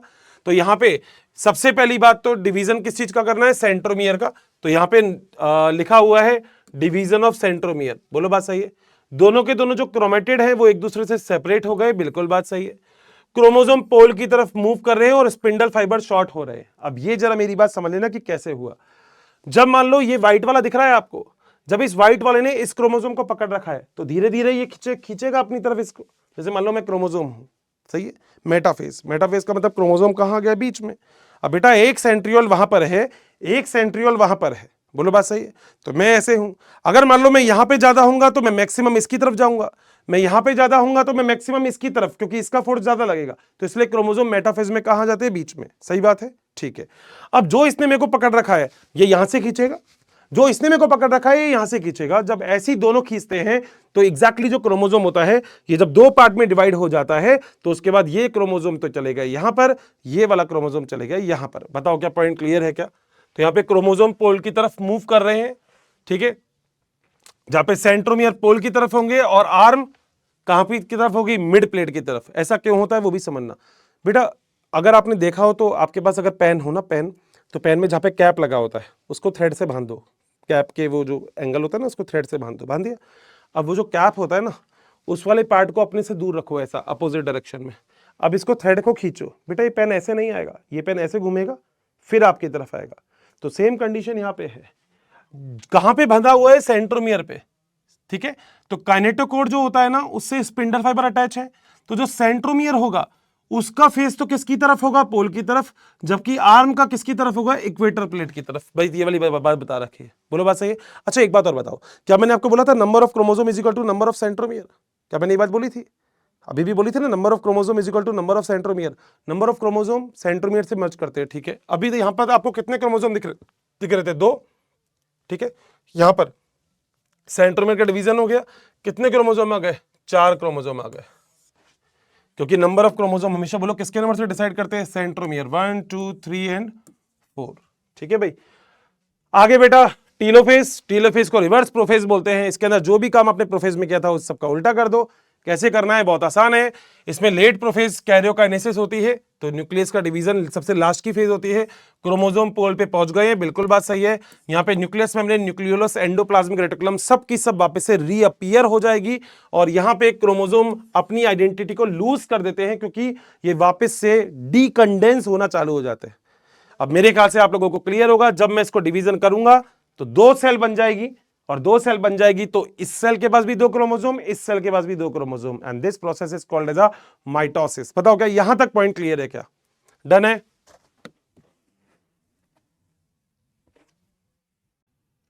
हाँ दोस्तों, तो यहां तक मेरे ख्याल से लगभग सारी बात क्लियर होगी, बिल्कुल अच्छे से, कोई भी दिक्कत नहीं है। तो सब लोगों को एक बात तो समझ में आ गई होगी मेरे हिसाब से कि हमने प्रोफेज, मेटाफेज, एनाफेज और टीलोफेज में अभी क्या क्या किया है। तो दोस्तों प्रोफेज के अंदर एग्जैक्टली अगर देखा जाए तो हम लोगों ने क्रोमोसोम को कंडेंस किया, मतलब क्रोमैटिन मटेरियल को कंडेंस किया और क्रोमोसोम को फॉर्म किया। हमने न्यूक्लियस मेम्ब्रेन को डिसअपीयर कर दिया, हमने न्यूक्लियस को डिसअपीयर कर दिया और हमने सेंट्रियोल से बोल दिया कि भैया कोने कोने पे भग जाओ। बहुत बढ़िया।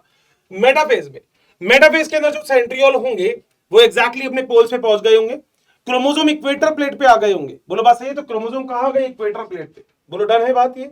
ठीक है, तो यहां पर दूसरा जो काम हो गया वो एग्जैक्टली क्या हो गया? That is called as the metaphase. तो यहां पे जो फाइबर जुड़ा होगा काइनेटोकोर से उसे काइनेटोकोर फाइबर कहेंगे, या फिर क्रोमोसोमल फाइबर भी बोल सकते हैं, या फिर हम डिसकंटीन्यूअस फाइबर भी बोल सकते हैं। और कुछ रेड रेड कलर के फाइबर आपको दिखेंगे, this is called as the continuous fibre. Done बात है, दोनों काम हो गए। प्रोफेज क्लियर है, मेटाफेज क्लियर है, ठीक है। अब अगला आता है एनाफेज। एनाफेज का मतलब ही याद रखना सेंट्रोमियर का डिवीजन।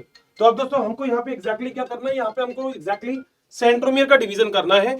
तो अब हम सेंट्रोमियर का डिवीजन करेंगे जिस फेज का नाम होता है anaphase.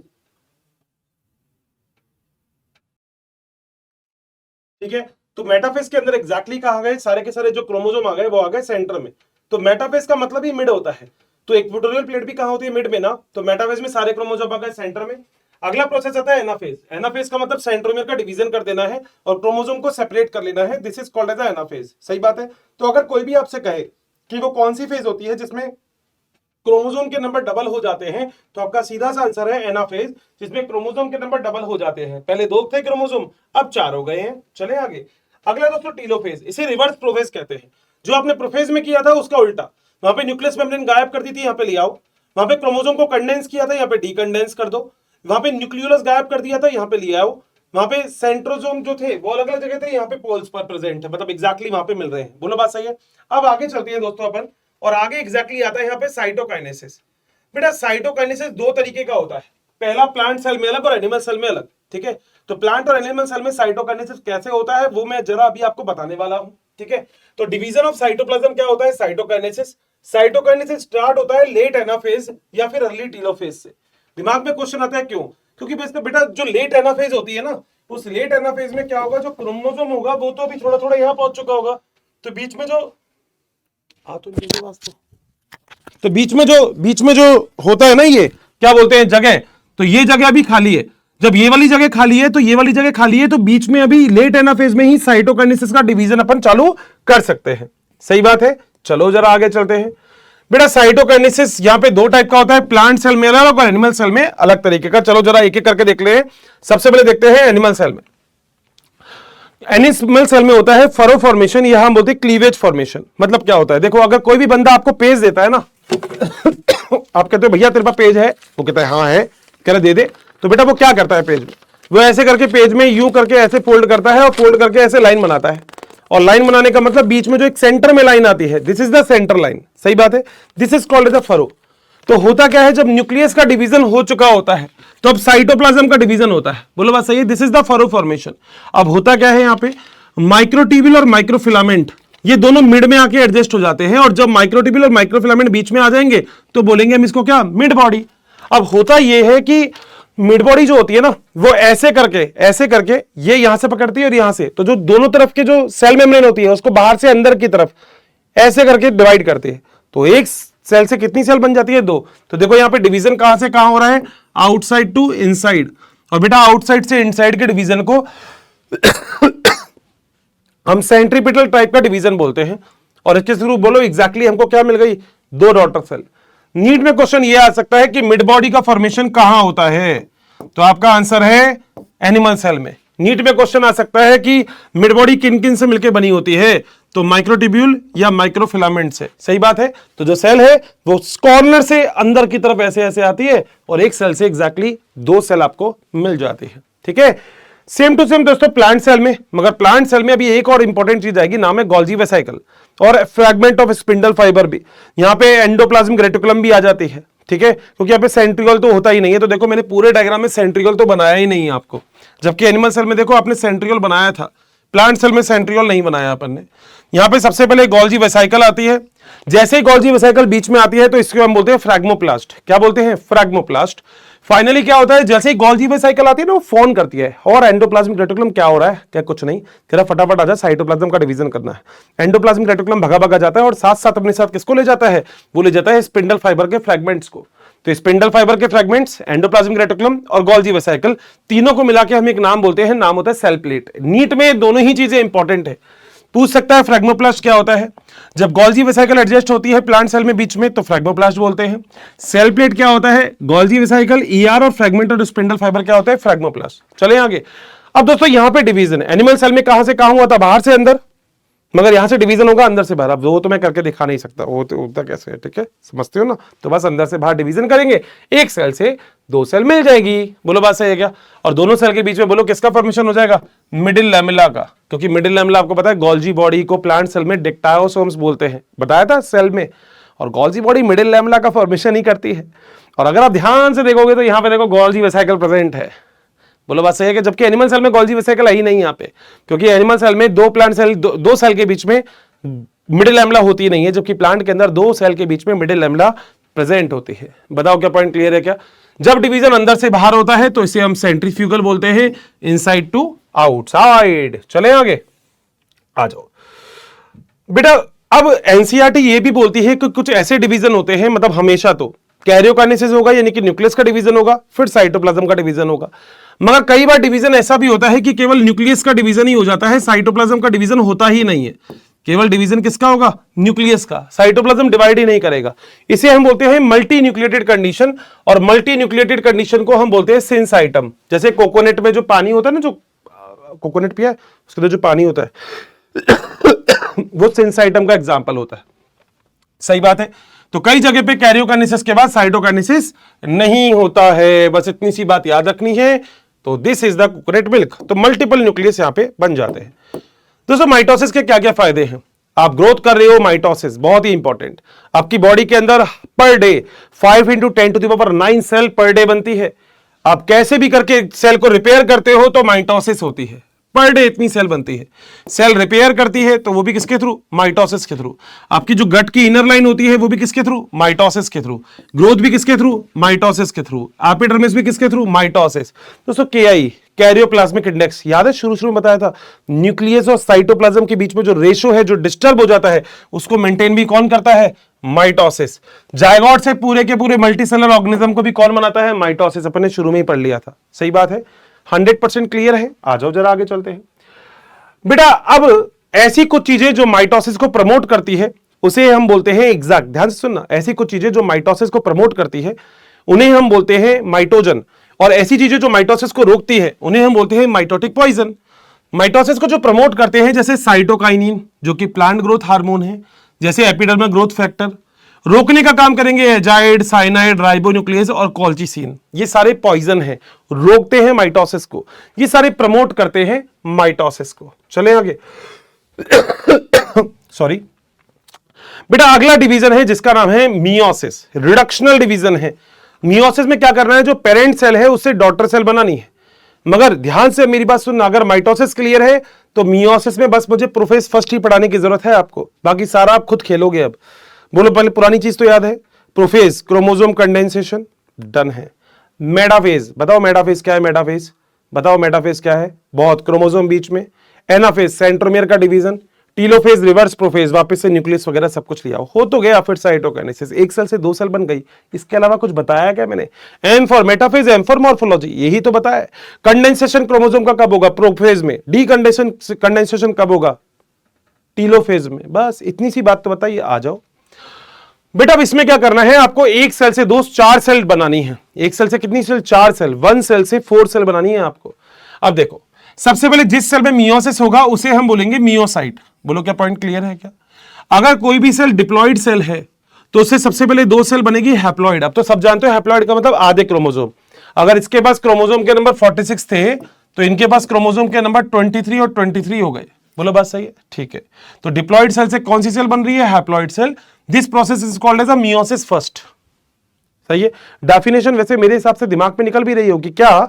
The division in which the number of chromosome in a daughter cell is half from its parent cell. Parent cell में 46 थे तो daughter cell में 23 हो गए। तो this process is called as a meiosis। चले आगे, 2 टाइप का meiosis होता है। एक होता है meiosis first जो हो गया, अगला होगा meiosis second जो like mitosis होगा, क्योंकि माइटोसिस का मतलब इक्वल क्रोमोसोम। अब ऐसा नहीं है 23 को आधा करके 12.5 11.5 कर दो, ऐसा नहीं करना आपको। तब क्या करना है, माइटोसिस की तरह ये भी एन है तो ये दोनों भी एन आएगी, ये भी एन है तो ये भी दोनों एन आएगी। This is called as a daughter cell से और डॉटर सेल बन गई। बोलो बात सही है? तो मैं अब आपसे क्या बोलने वाला हूं, जो मैं बोल रहा हूं, क्या डायग्राम को देखने के बाद आप लोग वो क्लियर कर देखते हैं क्या? मैं आपसे ये बोलने वाला हूं कि मियोसिस के थ्रू सिंगल सेल से 4 सेल बनती है। डन है हर्षित सर बात? मैं ये बोलने वाला हूं कि जो मियोसिस होता है उसमें मियोसिस फर्स्ट जो होता है ये तो रिडक्शनल डिवीजन है, जबकि मियोसिस सेकंड जो होता है ये इक्वेशनल डिवीजन है। क्योंकि मियोसिस सेकंड में पेरेंट सेल से क्रोमोसोम के नंबर डॉटर सेल में बराबर होते हैं, जबकि मियोसिस फर्स्ट में पेरेंट सेल में क्रोमोसोम के नंबर डॉटर सेल के आधे होते हैं। मतलब पेरेंट सेल में 46 तो डॉटर सेल में 23। मियोसिस फर्स्ट, पेरेंट सेल में 23 तो डॉटर सेल में 23। इसको याद रखना। नीचे वाले को मियोसिस सेकंड को लाइक माइटोसिस बोलोगे, माइटोसिस नहीं बोलोगे, क्योंकि माइटोसिस सोमेटिक सेल में होता है। तो लाइक माइटोसिस बोल दिया, हमने दिक्कत भी नहीं करी और हमने हमारा काम भी कर दिया। हमने कहा लाइक माइटोसिस। बोलो क्या पॉइंट क्लियर है क्या? तो the division in which the number of chromosome in a daughter cell, चाहे इसके लिए बात करूं चाहे इसके लिए बात करूं, is half from its parent cell. Parent cell में 20 है तो इनमें 10 होंगे, पेरेंट सेल में 100 है तो इनमें 50 होंगे। That's it, this is called as a meiosis. चलें आगे। बेटा अब होता कैसे है, देखो आप लोगों को यह बात पता है कि आपको गैमेट्स बनाने हैं, जैसे स्पर्म सेल और एग सेल बनानी है तो उनके अंदर 23 क्रोमोसोम करने पड़ेंगे, ये बहुत जरूरी है। तो स्पर्म सेल और एग सेल बनानी है तो अगर आपको 23 क्रोमोसोम करने हैं तो बेटा उसके लिए केवल एक ही डिवीजन होगा, दैट इज अ मियोसिस। तो 23 46 हो गया। देखो मेल के पास 46 क्रोमोसोम थे तो यहां पे भी मियोसिस करवाओगे, फीमेल के पास भी 46 क्रोमोसोम थे तो यहां पे भी मियोसिस करवाओगे। 23 दोनों को फ्यूज कर दो, फर्टिलाइजेशन हो गया, 46 जायगोट बन गया। इसके बाद और डिवीजन करवाओगे तो मल्टी सेलुलर ऑर्गेनिज्म आ जाएगा। बोलो क्या पॉइंट क्लियर है क्या? आ जाओ आगे चलते हैं। अब बेटा ये वाला डायग्राम, ये डायग्राम वैसे देखा जाए ना तो बड़ा खास है। क्या किया है इस डायग्राम में, कोई भी एक सेल है, आपको पता है अगर वो डिवीजन करेगी तो वो डिवीजन करने में सबसे पहले जो अपना साइज बढ़ाती है, साइज बढ़ाने की फली फेज को इंटरफेज या फिर हम ग्रोथ फेज बोलते हैं। ग्रोथ फेज में फेज होती है G1 S और G2, ठीक है, G1 S और G2, सही बात है। ये तो एज इट इज है, सेम टू सेम जो अभी तक आपने पढ़ी थी माइटोसिस के लिए भी, इसमें कोई फर्क नहीं है। उसके बाद जैसे ये 46 होगा तो अब हम मियोसिस फर्स्ट करवाएंगे। मियोसिस फर्स्ट अगर ये है तो इसकी भी कैरियोकाइनेसिस फर्स्ट और साइटोकाइनेसिस फर्स्ट होगी, ठीक है। कैरियोकाइनेसिस फर्स्ट में 5 phase, prophase first, metaphase first, anaphase first और टीलोफेज फर्स्ट, सही है। सबसे बड़ी फेज है यहां पे prophase first. Leptotene, zygotene, pachytene, diplotene, diakinesis. क्या क्या है? Leptotene, zygotene, pachytene, diplotene, diakinesis, बस ये याद रखना है आपको। प्रोफेज फर्स्ट सबसे बड़ी फेज है यहां पे। तो अगर कोई भी सेल डिवीजन करने के लिए आती है तो सबसे पहले आएगी इंटरफेज में, इंटरफेस के बाद सेल का साइज बढ़ जाएगा। अब सेल एग्जैक्टली 2 सेल बनाएगी, मगर उसके लिए सबसे पहले जाएगी कैरियोकाइनेसिस में, यानी कि न्यूक्लियस का डिवीजन। इसे कैरियोकाइनेसिस फर्स्ट बोलते हैं। क्योंकि ये कैरियोकाइनेसिस फर्स्ट है इसलिए इसकी prophase first, metaphase first, anaphase first और टीलोफेज फर्स्ट होगा। प्रोफेज फर्स्ट जो होता है इसकी 5 फेज होती है, लेप्टोटीन, जाइगोटीन, पेकाइटिन, डिप्लोटीन और डाइकाइनेसिस। ये याद रखना है, ले जा पे डी डा। ले से लेप्टोटीन, जा से जाइगोटीन, पे से पेकाइटिन, डी से डिप्लोटीन, डा से डाइकाइनेसिस। सही बात है, बहुत बढ़िया। तो बस हमें अभी ये याद करना है, जब ये सारी हो जाएगी तो मेटाफेज फर्स्ट आएगा, फिर एनाफेज फर्स्ट आएगा, फिर टीलोफेज फर्स्ट आएगा, उसके बाद साइटोकाइनेसिस फर्स्ट आके 1 सेल 2 सेल में डिवाइड हो जाएगी। अब इंटरफेज नहीं आएगा, क्यों नहीं आएगा मैं बताऊंगा अभी। तो यहां पे बस याद रखना है इंट्राकाइनेसिस। तो कोई भी अगर आपसे पूछे कि मियोसिस फर्स्ट जब खत्म होता है और जब मियोसिस सेकंड आता है तो क्या इंटरफेज आती है? तो आप बोलोगे नहीं, इंटरफेज नहीं, इंटरकाइनेसिस आती है। सही बात। सेल वही अपना साइज इंक्रीज कर रही है इंटरकाइनेसिस के थ्रू। ये सेल 2 सेल में डिवाइड होगी, ये भी 2 सेल में डिवाइड होगी, मियोसिस सेकंड होगा। मियोसिस सेकंड में पहले karyokinesis second, prophase second, metaphase second, anaphase second और टीलोफेज सेकंड, और फिर साइटोकाइनेसिस सेकंड। ठीक है भाई, यहां तक तो बात मेरी क्लियर हो गई, पक्का? तो कोई भी सेल जब डिवीजन करेगी तो सबसे पहले जाएगी इंटरफेज में, फिर मियोसिस फर्स्ट में। मियोसिस फर्स्ट में कौन कौन सी स्टेज है आपको पता होना चाहिए। मियोसिस फर्स्ट में सबसे पहले आएगी कैरियोकाइनेसिस फर्स्ट, जिसमें prophase first, metaphase first, anaphase first और टीलोफेज फर्स्ट। प्रोफेज फर्स्ट में 5 फेज, लैप्टोटीन, जाइगोटीन, पैकाइटिन, डिप्लोटीन, डाइकाइनेसिस, फिर मेटाफेज फर्स्ट, फिर एनाफेज फर्स्ट, फिर टीलोफेज फर्स्ट, फिर साइटोकाइनेसिस फर्स्ट। तो एक सेल से 2 सेल बन गई, और ये दोनों सेल कैसी है? हैप्लॉइड है। ठीक है, अब तो मेरे ख्याल से डिप्लॉइड हैप्लॉइड तो खेलने लग गए होंगे। ठीक है भाई, इसके बाद मियोसिस सेकंड। सही बात है। तो क्या यही बात बोली क्या मैंने कि मियोसिस फर्स्ट जो होता है ये रिडक्शनल डिवीजन होता है, जबकि मियोसिस सेकंड कैसा होता है? लाइक माइटोसिस की लाइक इक्वेशनल डिवीजन होता है। तो एक सेल से 4 सेल बन जाती है, एक डिप्लॉइड सेल से 4 हैप्लॉइड सेल आपके पास बन जाते हैं। बताओ क्या पॉइंट क्लियर है? चलें आगे, तो आ जाओ। मियोसिस फर्स्ट, जैसे ही सेल इंटरफेज में जाती है, सबको याद है ना G1 G2, तो G1 के अंदर तैयारी होगी S के लिए, G2 के अंदर तैयारी होगी M यानी कि मियोसिस के लिए। सही बात है। S के अंदर सब काम वही होंगे, डीएनए का रेप्लिकेशन और वो सब कुछ, हिस्टोन, प्रोटीन और सेंट्रियोल, आपको पता ही है। तो यहां पे मियोसिस फर्स्ट जो होगा उसके अंदर सबसे पहले क्या होगी? Karyokinesis first. सब कुछ माइटोसिस याद है तो मियोसिस में कभी दिक्कत नहीं आएगी। ठीक है, और मैं समझा भी दूंगा। यहां पे कैरियोकाइनेसिस फर्स्ट में डिवीजन होगा न्यूक्लियस का। इसमें कई सारी फेज होती है। प्रोफेज फर्स्ट जो सबसे बड़ी फेज होती है मियोसिस फर्स्ट की, लैप्टोटीन, जाइगोटीन, पैकाइटिन, डिप्लोटीन और डाइकाइनेसिस। आओ जरा देखते हैं कि ये होता क्या है। आओ बेटा, सबसे पहले स्टेज है, नाम है उसका लैप्टोटीन। क्या नाम है? लैप्टोटीन। अब लैप्टोटीन क्या होती है देखो। एग्जैक्टली आपके पास मान लो कोई एक सेल है, ध्यान से सुनना, कहीं कोई और काम नहीं करेगा, बस अगर समझना है तो। आपके पास मान लो एक सेल है, दिख रही है, इस सेल में न्यूक्लियस है दिख रहा है, न्यूक्लियस के अंदर न्यूक्लियोलस है दिख रहा है, और आपको यहां पे जेनेटिक मटेरियल और दिख रहे होंगे जो मैंने कलरफुल तरीके से आपको बना रखे। तो पहली स्टेज में क्या होता है? पहली स्टेज में जितने भी क्रोमेटिन मटेरियल होते हैं, ये सारे के सारे क्रोमेटिन मटेरियल जो मैं बोल रहा हूं वो देखना डायग्राम में है क्या, वो सारे के सारे क्रोमेटिन मटेरियल न्यूक्लियस मेम्ब्रेन के पास में इकट्ठे हो जाते हैं और एक ऐसी स्ट्रक्चर बनाते हैं जैसे कोई बुके हो। बुके दिया किसी को बुके, तो जैसा कोई बुके हो। तो बुके स्टेज जो बोलते हैं वो बोलते हैं सबसे पहली फेज को, that is called as the leptotene. तो अगर कोई भी आपसे बोलता है कि लैप्टोटीन फेज क्या होती है या बुके स्टेज कहां बनती है, तो आपका आंसर है लैप्टोटीन। और बुके का मतलब ये बुके आपको दिखा दिया, सारे के सारे जेनेटिक मटेरियल जो है वो न्यूक्लियस मेम्ब्रेन के पास में जाके एडजस्ट हो जाते हैं। बोलो बात सही है। यहां पे क्रोमोसोम जो दिख रहा है आपको, ये थिन दिखता है और लॉन्गेस्ट लंबा दिखता है। बिल्कुल बात सही है। तो यहां पे अगर आप देखेंगे भी तो क्रोमोसोम कैसा दिखता है, यहां पे लॉन्गेस्ट भी दिखता है और थिनेस्ट भी दिखता है। बोलो बात सही है। यहां पे क्रोमेटिन मटेरियल का कंडेंसेशन हो जाता है और आपको क्या दिखने लग जाता है, थोड़ा सा क्रोमोसोम दिखने लग जाता है। ये सारी स्ट्रक्चर हमने किसके थ्रू देखी थी? Light microscope. दोस्तों कई सारे माइक्रोस्कोप होते हैं, face contrast microscope, light microscope, electron microscope, compound microscope. तो ये लाइट माइक्रोस्कोप है, ज्यादा कोई फर्क नहीं होता, बस इसमें लाइट सोर्स अलग से लिया जाता है तो वो ज्यादा अच्छे से ब्राइट करता है, तो आप आसानी से चीजों को देख पाते हैं। अरे बताओ ना, बोर हो गए क्या? ऐसे मत करो यार, देखो मजा आ रहा है मुझे तो, मतलब लिटरली मजा आ रहा है सच में। तुम्हें नहीं आ रहा मजा है?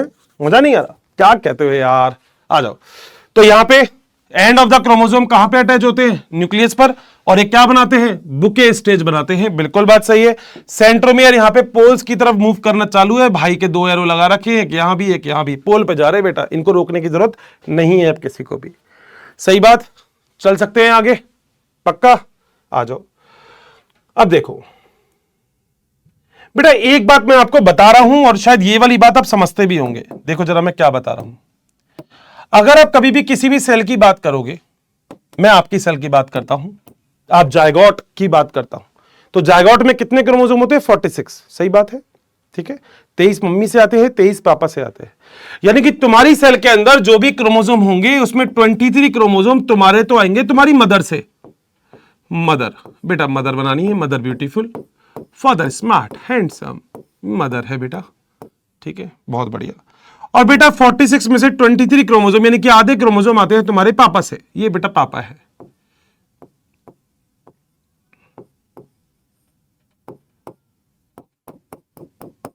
पापा, तो बेटा ये तो है पापा, ऐसे दिखाते हैं मेल को, और बेटा ये है मम्मी, ऐसे दिखाते हैं फीमेल को। तो तुम्हारी बॉडी के अंदर लगभग जो भी सेल होती है उसमें आधे क्रोमोसोम तुम्हारी मम्मी के हैं, आधे क्रोमोसोम तुम्हारे पापा के हैं। नोट कोई नहीं करेगा, रिक्वेस्ट है आपसे। आप लोगों ने हमेशा ये देखा होगा चीजें नोट की जाती है, मगर दोस्त बायोलॉजी और बॉटनी तो खास तौर से जो बोलता है ना रटने का बेटा रट ले, बेटा मैं नहीं रटाता, और ये है भी नहीं रटने का। इसमें सब कुछ चीजें समझने की है। आज चाहे 15-20 मिनट लेक्चर एक्सटेंड हो जाएगा, मगर समझ में पूरा आना चाहिए।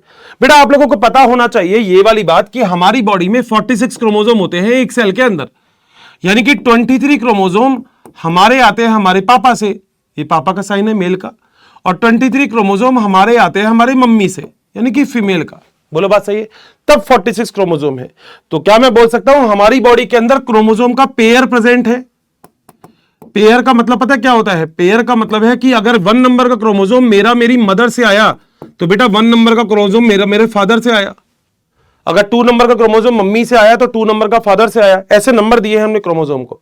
अगर 23 नंबर का क्रोमोसोम मम्मी से आया तो 23 का फादर से आया, यानी कि 46 हो गए।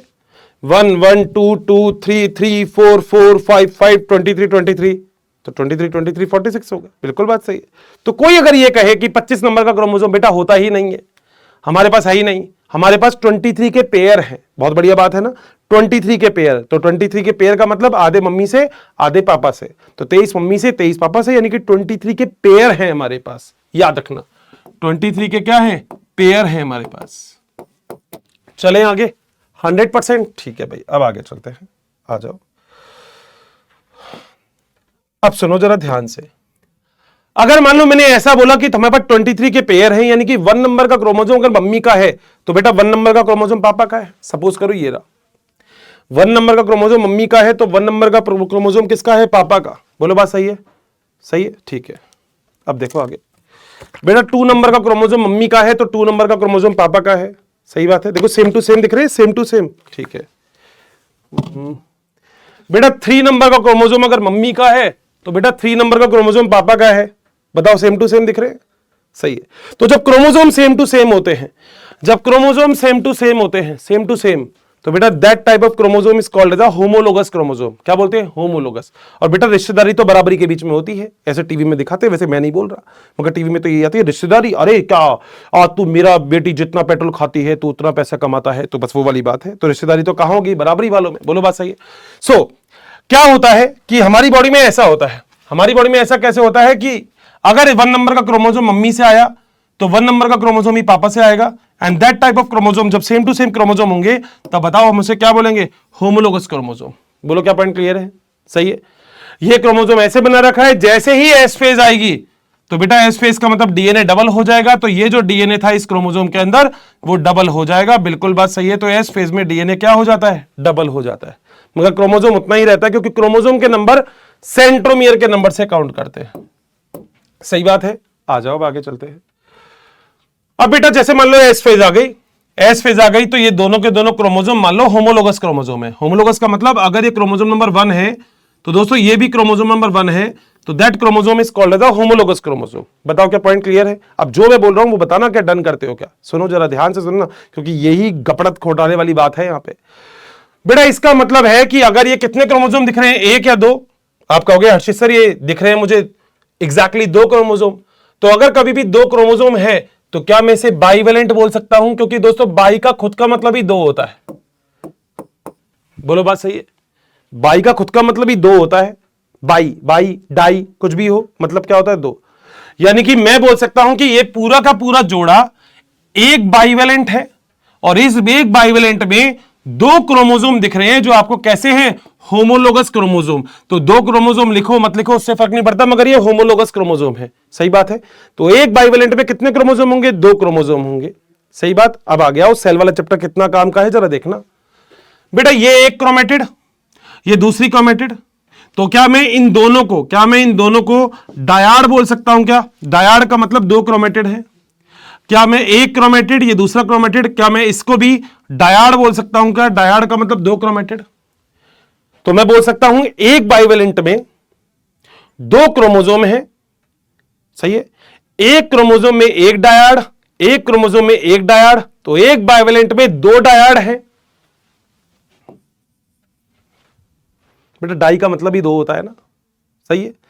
ये एक डायड है, डाई का मतलब 2 हो गया। बाई डायड, डाई डायड, तो ये एक डायड है, ये एक डायड है, तो डायड और डायड। बेटा डाई और डाई टेट्रा, तो क्या मैं बोल सकता हूं एक बाइवेलेंट में एक टेट्राड है। 4 टेट्राड मत बोलना, 4 का मतलब तो 16 हो गए। एक टेट्राड मतलब 4 क्रोमेटिड हैं, 1 2 3 4, देखो एक टेट्राड है। बताओ क्या पॉइंट क्लियर है? सबसे इंपॉर्टेंट है, डायग्राम बताता है सब कुछ। जैसे ही एस फेज में क्रोमोसोम जब एस फेज में नहीं आएगा तो ऐसा रहेगा, जैसे ही एस फेज में आएगा तो डीएनए डबल हो जाएगा। बिल्कुल हर्षित सर, डबल हो गया, सही बात है। ऐसी कंडीशन में ये क्रोमोसोम आपस में पेयर बनाएंगे, पास पास आएंगे। तो सबसे पहली बात आपको पता है सबसे पहला क्या होगा दोस्तों? यहां पे सबसे पहला जो होगा वहां पे बनेंगे डायड, वो भी क्या है डायड। इन दोनों को मिला के एक बाइवेलेंट बोलेंगे, सही बात है। एक बाइवेलेंट में 2 क्रोमोसोम होते हैं, 2 डायड होते हैं और एक टेट्राड होता है। बताओ क्या पॉइंट क्लियर है क्या? आगे चलते हैं बेटा, आगे। लेप्टोटीन क्लियर हो गई, बुके स्टेज ठीक है, ये वाली बात क्लियर है अच्छे से, डायड टेट्राड सब ठीक है। अगली चीज बेटा, अगला चीज है जाइगोटीन। जाइगोटीन में क्या होगा? ये जो होमोलोगस क्रोमोसोम है ना, जो आसपास साथ साथ वाले थे, ये पास पास आएंगे। तो बेटा एक चीज बनती है जिसे हम बोलते हैं सिनेप्सिस, या हम बोलते हैं सिनेप्टोनिमल कॉम्प्लेक्स। तो ये वाले जो होमोलोगस क्रोमोसोम थे, ये वाले, ये होमोलोगस है, ये बेटा आप आपस में पास पास आएंगे और इनके बीच में यहां पे सिनेप्सिस का फॉर्मेशन होगा। सिनेप्सिस का मतलब होता है आपस में पास पास आएंगे बात करने के लिए, हम साथ साथ हैं। बहुत बढ़िया वाला बात। आ जाओ बेटा जरा देखो, यही पॉइंट है क्या? अगला क्या है? जाइगोटीन। जाइगोटीन में क्या बनता है? पेयरिंग ऑफ होमोलोगस क्रोमोसोम हो जाती है, जिसे हम सिनेप्सिस बोलते हैं। बेटा ये रहा सिनेप्सिस। बोलो बात सही है? 100%। चले आगे। इसी सिनेप्सिस को जैसे ही बात करते हैं तो हम सिनेप्टोनिमल कॉम्प्लेक्स भी बोलते हैं, ठीक है। तो ये क्या होता है? Synaptonemal complex. सेंट्रियोल कहां जा रहे हैं भाई? हमेशा की तरह पोल्स भी जा रहे हैं। और ये बात आपको पता है कि एक बाइवेलेंट में, ये बात आपको पता है कि एक बाइवेलेंट में 2 होमोलोगस क्रोमोसोम होंगे, जिसमें 2 डायड होंगे और एक टेट्राड होगा। चलें आगे। सबसे बड़ी चीज नाम है पैकाइटिन। पैकाइटिन में क्या होने वाला है जरा सुनो। ये 2 क्रोमोसोम थे, आपस में पास पास आ रहे हैं, ठीक है। सिनेप्सिस बन गया, सिनेप्टोनिमल कॉम्प्लेक्स। ध्यान से सुनना, पहली फेज कौन सी थी? लेप्टोटीन, जिसके अंदर क्रोमोसोम बुके की तरह बन रहे थे, ठीक है। दूसरी फेज है जाइगोटीन, जिसके अंदर दोनों क्रोमोसोम आपस में पास पास आए। हर्षित सर बहुत खुशी की बात है। और पास पास आने के बाद सिनेप्सिस बन गया, डन है। तीसरा प्रोसेस है पैकाइटिन। क्या नाम है? पैकाइटिन। ले जा पे डी डा, बस पैकाइटिन। दोनों क्रोमोसोम एक दूसरे से जेनेटिक मटेरियल का एक्सचेंज करेंगे। मतलब ये वाला क्रोमोसोम यहां से अपना जेनेटिक मटेरियल इस पे डालेगा, ब्लू वाले पे, और ऑरेंज वाला अपना ब्लू वाला अपना जेनेटिक मटेरियल ऑरेंज वाले पे डाल देगा। बोलो बात सही है क्या? This phase is called as a pachytene, exchange of genetic material.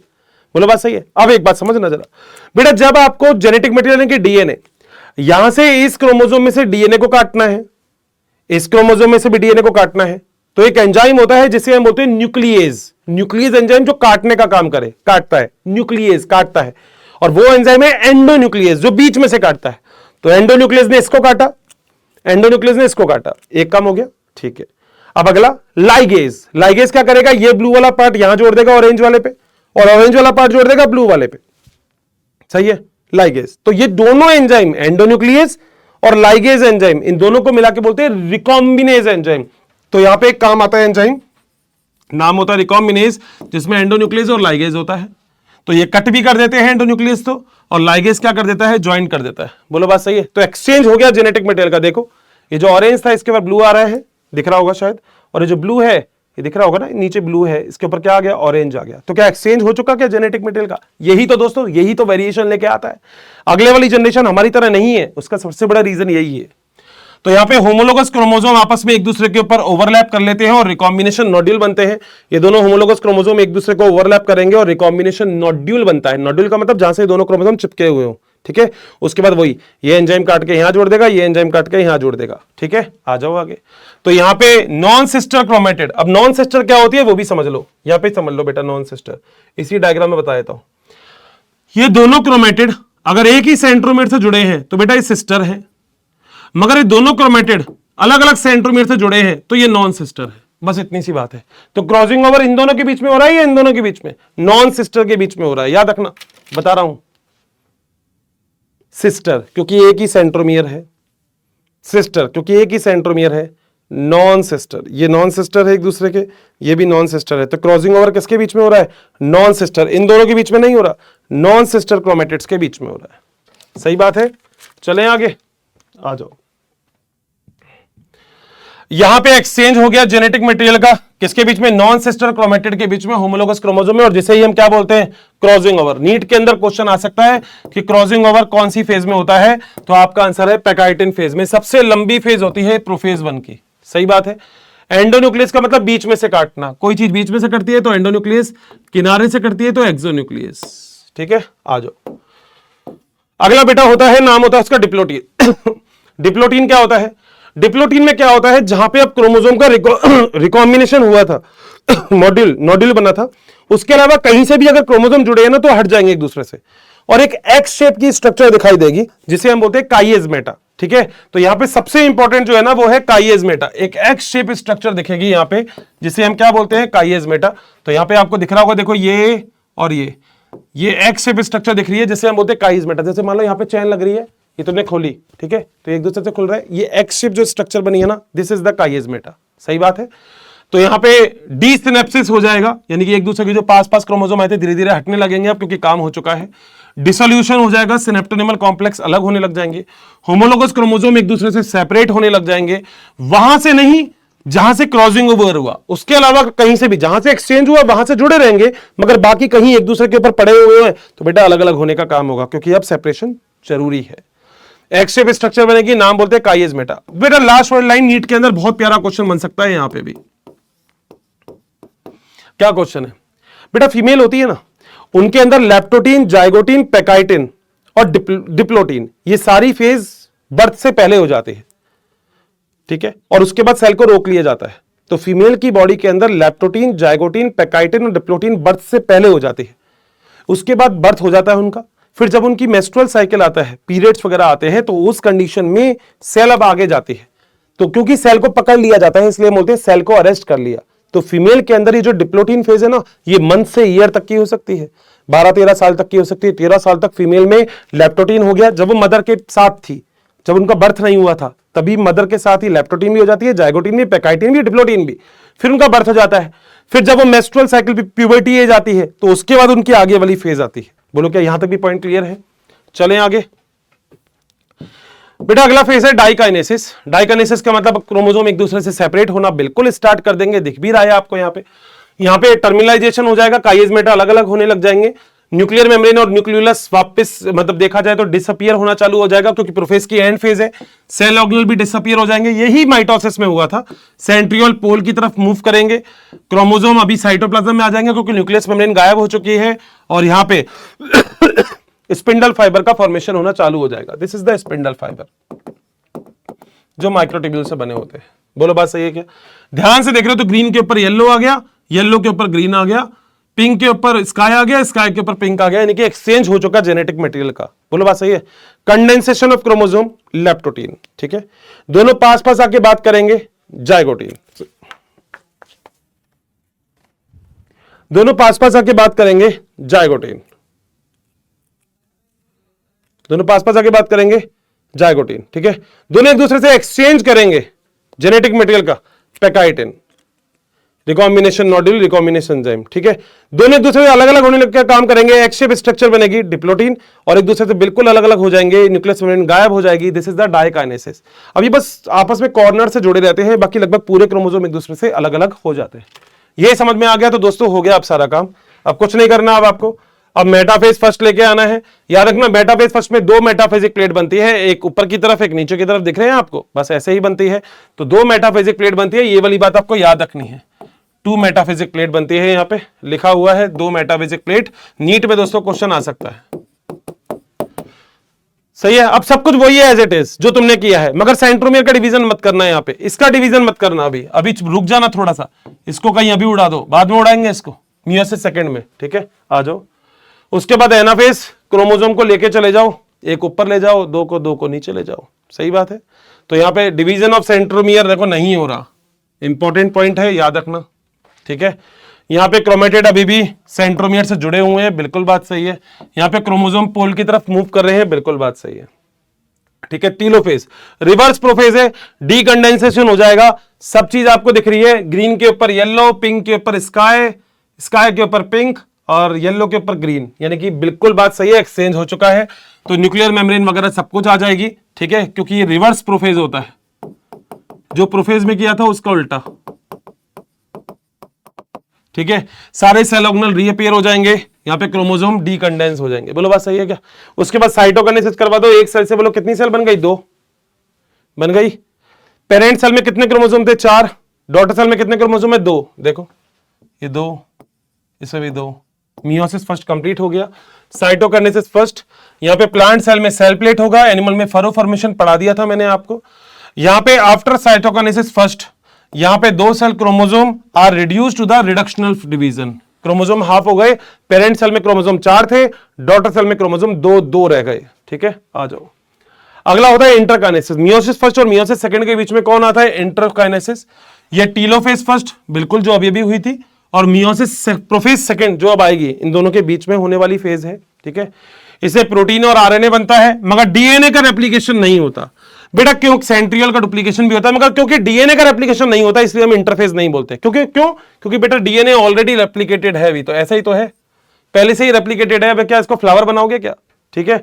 अब आता है meiosis second, as it is same to same. अगर आपने माइटोसिस अच्छे से पढ़ा है तो कैसे करना है, सेम टू सेम है दोस्तों, देख सकते हो आप। ये क्रोमोसोम दिख रहा है, ठीक है, ये दिख रहा है। सबसे पहले प्रोफेज सेकंड, कंडेंसेशन कर दिया, सेंट्रियल पोल पे मूव कर रहे हैं, ठीक है। एक्सचेंज आपको दिख ही रहा होगा, ठीक है। मेटाफेज में बीच में आ गया, इसमें एक ही मेटाफिजिक प्लेट बनती है। एनाफेज में सेंट्रोमियर का डिवीजन कर दो, तो एनाफेज में किसका डिवीजन कर दो, सेंट्रोमियर, लिख रहा हूं मैं, सेंट्रोमियर का डिवीजन कर दो, तो क्रोमोसोम के नंबर 4 हो गए, ठीक है। उसके बाद टीलोफेज ये बना दो, साइटोकाइनेसिस सेकंड, 4 सेल बन जाएगी। एक सेल से कितनी सेल बन गई, 4 cell, and this process is called as the meiosis second. याद रखना, कंडेंसेशन लेप्टोटीन, पास आना जाइगोटीन, सिनेप्सिस, ठीक है। ऐसे एक्सचेंज करना, रिकॉम्बिनेशन नोड्यूल, लेप्टोटीन, ठीक है, जाइगोटीन, पेकाइटिन, ठीक है, X shape, chiasmata, diplotene, terminalization of chiasmata, diakinesis. उसके बाद एनाफेज फर्स्ट में सेंट्रोमियर का डिवीजन नहीं करना, एनाफेज सेकंड में सेंट्रोमियर का डिवीजन करना है। फर्स्ट में ही कर दोगे तो फिर सेकंड में क्या करोगे, सही बात है। आ जाओ बेटा मियोसिस के क्या क्या काम होते हैं। पहला, क्रोमोसोम के नंबर हर जनरेशन में यही मेंटेन करता है, क्यों, 23 मम्मी से 23 पापा से, तो आगे वाली बॉडी में 46 यही कर रहा है। दूसरा, वेरिएशन भी यही लेके आ रहा है, और वेरिएशन क्यों लेके आ रहा है, एक्सचेंज, देखा आपने, ब्लू के अंदर ऑरेंज आ गया, ऑरेंज के अंदर ब्लू आ गया, एक्सचेंज ऑफ जेनेटिक मटेरियल यही कर रहा है। डन है बात बेटा। तीसरा और आखिरी अपने पास एक और आता है जिसका नाम है एमाइटोसिस। वैसे एनसीईआरटी में है नहीं, मगर अगर आप पढ़ोगे सेल वाला चैप्टर तो आपने देखा होगा। एमाइटोसिस जो होता है इसे हम फिजन भी बोलते हैं। क्या बोलते हैं, फिजन। लोअर कैटेगरी के ऑर्गेनिज्म में, लोअर कैटेगरी के अगर आप ऑर्गेनिज्म की बात करोगे तो उसमें, और इसके अलावा अगर आप माइटोकॉन्ड्रिया की बात करोगे उसमें, और साथ साथ अगर क्लोरोप्लास्ट की बात करोगे तो उसमें। इसके अंदर आपको बस यही चीज देखने को मिलती है। बोलो बात सही है, 100% क्लियर है। तो दोस्तों मेरे हिसाब से लगभग सारी की सारी बात आपको बिल्कुल अच्छे से क्लियर होगी। एक छोटी सी बात बता देता हूं जरा, रिकैप के अंदर 2 मिनट का रिकैप देने वाला हूं, बस मैं आपको ज्यादा नहीं दूंगा। मैं आपसे यह बोल रहा हूं एग्जैक्टली हमने अभी तक क्या क्या पढ़ा। हमने पढ़ा सेल साइकिल, हमने पढ़ा साइकिल का मतलब होता है फर्स्ट और लास्ट एक ही होता है। हमने पढ़ा सेल साइकिल में पहली फेज होती है इंटरफेज, इंटरफेज में सेल अपने आप को तैयार करती है। इंटरफेज में 3 फेज होती है, G1, S और G2। G1 में सेल अपने आप को तैयारी करती है S के लिए, G2 में तैयारी करती है M के लिए, ठीक है। ये टोटल मिला के 95% टाइम, 5% टाइम में वो हो जाता है। G1 11 आवर का, S 8 आवर का, G2 4 आवर का होता है। सही बात, S सबसे इंपॉर्टेंट होती है क्योंकि इसमें डीएनए का रेप्लिकेशन होता है। एक सेल अगर S फेज में आ गई तो फिर वो वापस पीछे नहीं आ पाती, क्यों, क्योंकि डीएनए का रेप्लिकेशन हो चुका होता है। सही बात। सबसे पहले हमने पढ़ा था फिर माइटोसिस। माइटोसिस क्या होता है, 2 चीजें होंगी, पहले न्यूक्लियस का डिवीजन, फिर साइटोप्लाज्म का डिवीजन। न्यूक्लियस के डिवीजन को बोलते हैं कैरियोकाइनेसिस, साइटोप्लाज्म के डिवीजन को बोलते हैं साइटोकाइनेसिस। सही बात है। न्यूक्लियस के डिवीजन में prophase, metaphase, anaphase, telophase. Prophase में न्यूक्लियस मेम्ब्रेन न्यूक्लियोलस गायब कर देना, क्रोमेटिन को कंडेंस कर देना, प्रोफेज खत्म। मेटाफेज में बीच में ले आना, एनाफेज में सेंट्रोमियर का डिवीजन कर देना, और टीलोफेज में रिवर्स प्रोफेज आ जाएगी, वापस से न्यूक्लियस सब कुछ ले आना। फिर साइटोकाइनेसिस करवा दो। फरो फॉर्मेशन जो होता है, फरो बाहर से अंदर की तरफ, ठीक है, सेंट्रीपिटल, ये होता है एनिमल सेल में, और फेरेग्मोप्लास्ट जो होता है ये होता है प्लांट सेल में। ये होता है माइटोसिस। मियोसिस आपको क्लियर होगा, मियोसिस में मियोसिस फर्स्ट होता है, फिर मियोसिस सेकंड होता है। मियोसिस फर्स्ट में प्रोफेज फर्स्ट होता है, प्रोफेज फर्स्ट में लैप्टोटीन, जाइगोटीन, पेकाइटिन, डिप्लोटीन, डाइकाइनेसिस होता है। बुके स्टेज जो होती है ये होती है लैप्टोटीन, ठीक है। सिनेप्सिस आपस में बात करते हैं, ये होती है जाइगोटीन। आपस में एक्सचेंज करते हैं जेनेटिक मटेरियल का, रिकॉम्बिनेशन नोड्यूल बनता है, रिकॉम्बिनेज एंजाइम जो होता है ये होता है पेकाइटिन, ठीक है। डिप्लोटीन में आपको पता है क्या होता है, डिप्लोटीन में ये धीरे धीरे अलग होते हैं और जगह से, और काइएज मेटा का फॉर्मेशन एक्स शेप स्ट्रक्चर बनती है। डाइकाइनेसिस में पूरे के पूरे एक दूसरे से अलग अलग हो जाते हैं, सही है। एक बायोवेलेंट में 2 क्रोमोसोम होंगे, सही बात है। ये 2 क्रोमोसोम में ये डायाड, सही है, ये डायाड, सही है। ये दोनों सिस्टर हैं, ये दोनों सिस्टर हैं, ये दोनों नॉन सिस्टर हैं। क्रॉसिंग ओवर हमेशा नॉन सिस्टर में होता है। बोलो क्या यहां तक पॉइंट क्लियर है? आशा करता हूं दोस्तों यहां तक पूरी बात लगभग आप लोगों को समझ में आएगी। आपके कमेंट्स का इंतजार रहेगा। नो डाउट टाइम थोड़ा सा कम रहता है अपन लोगों के पास, मगर उसके बाद भी अपन ने एक बार ऐसा चैप्टर कंप्लीट कर लिया जो आई थिंक आप सभी लोगों को बिल्कुल अच्छे से क्लियर है।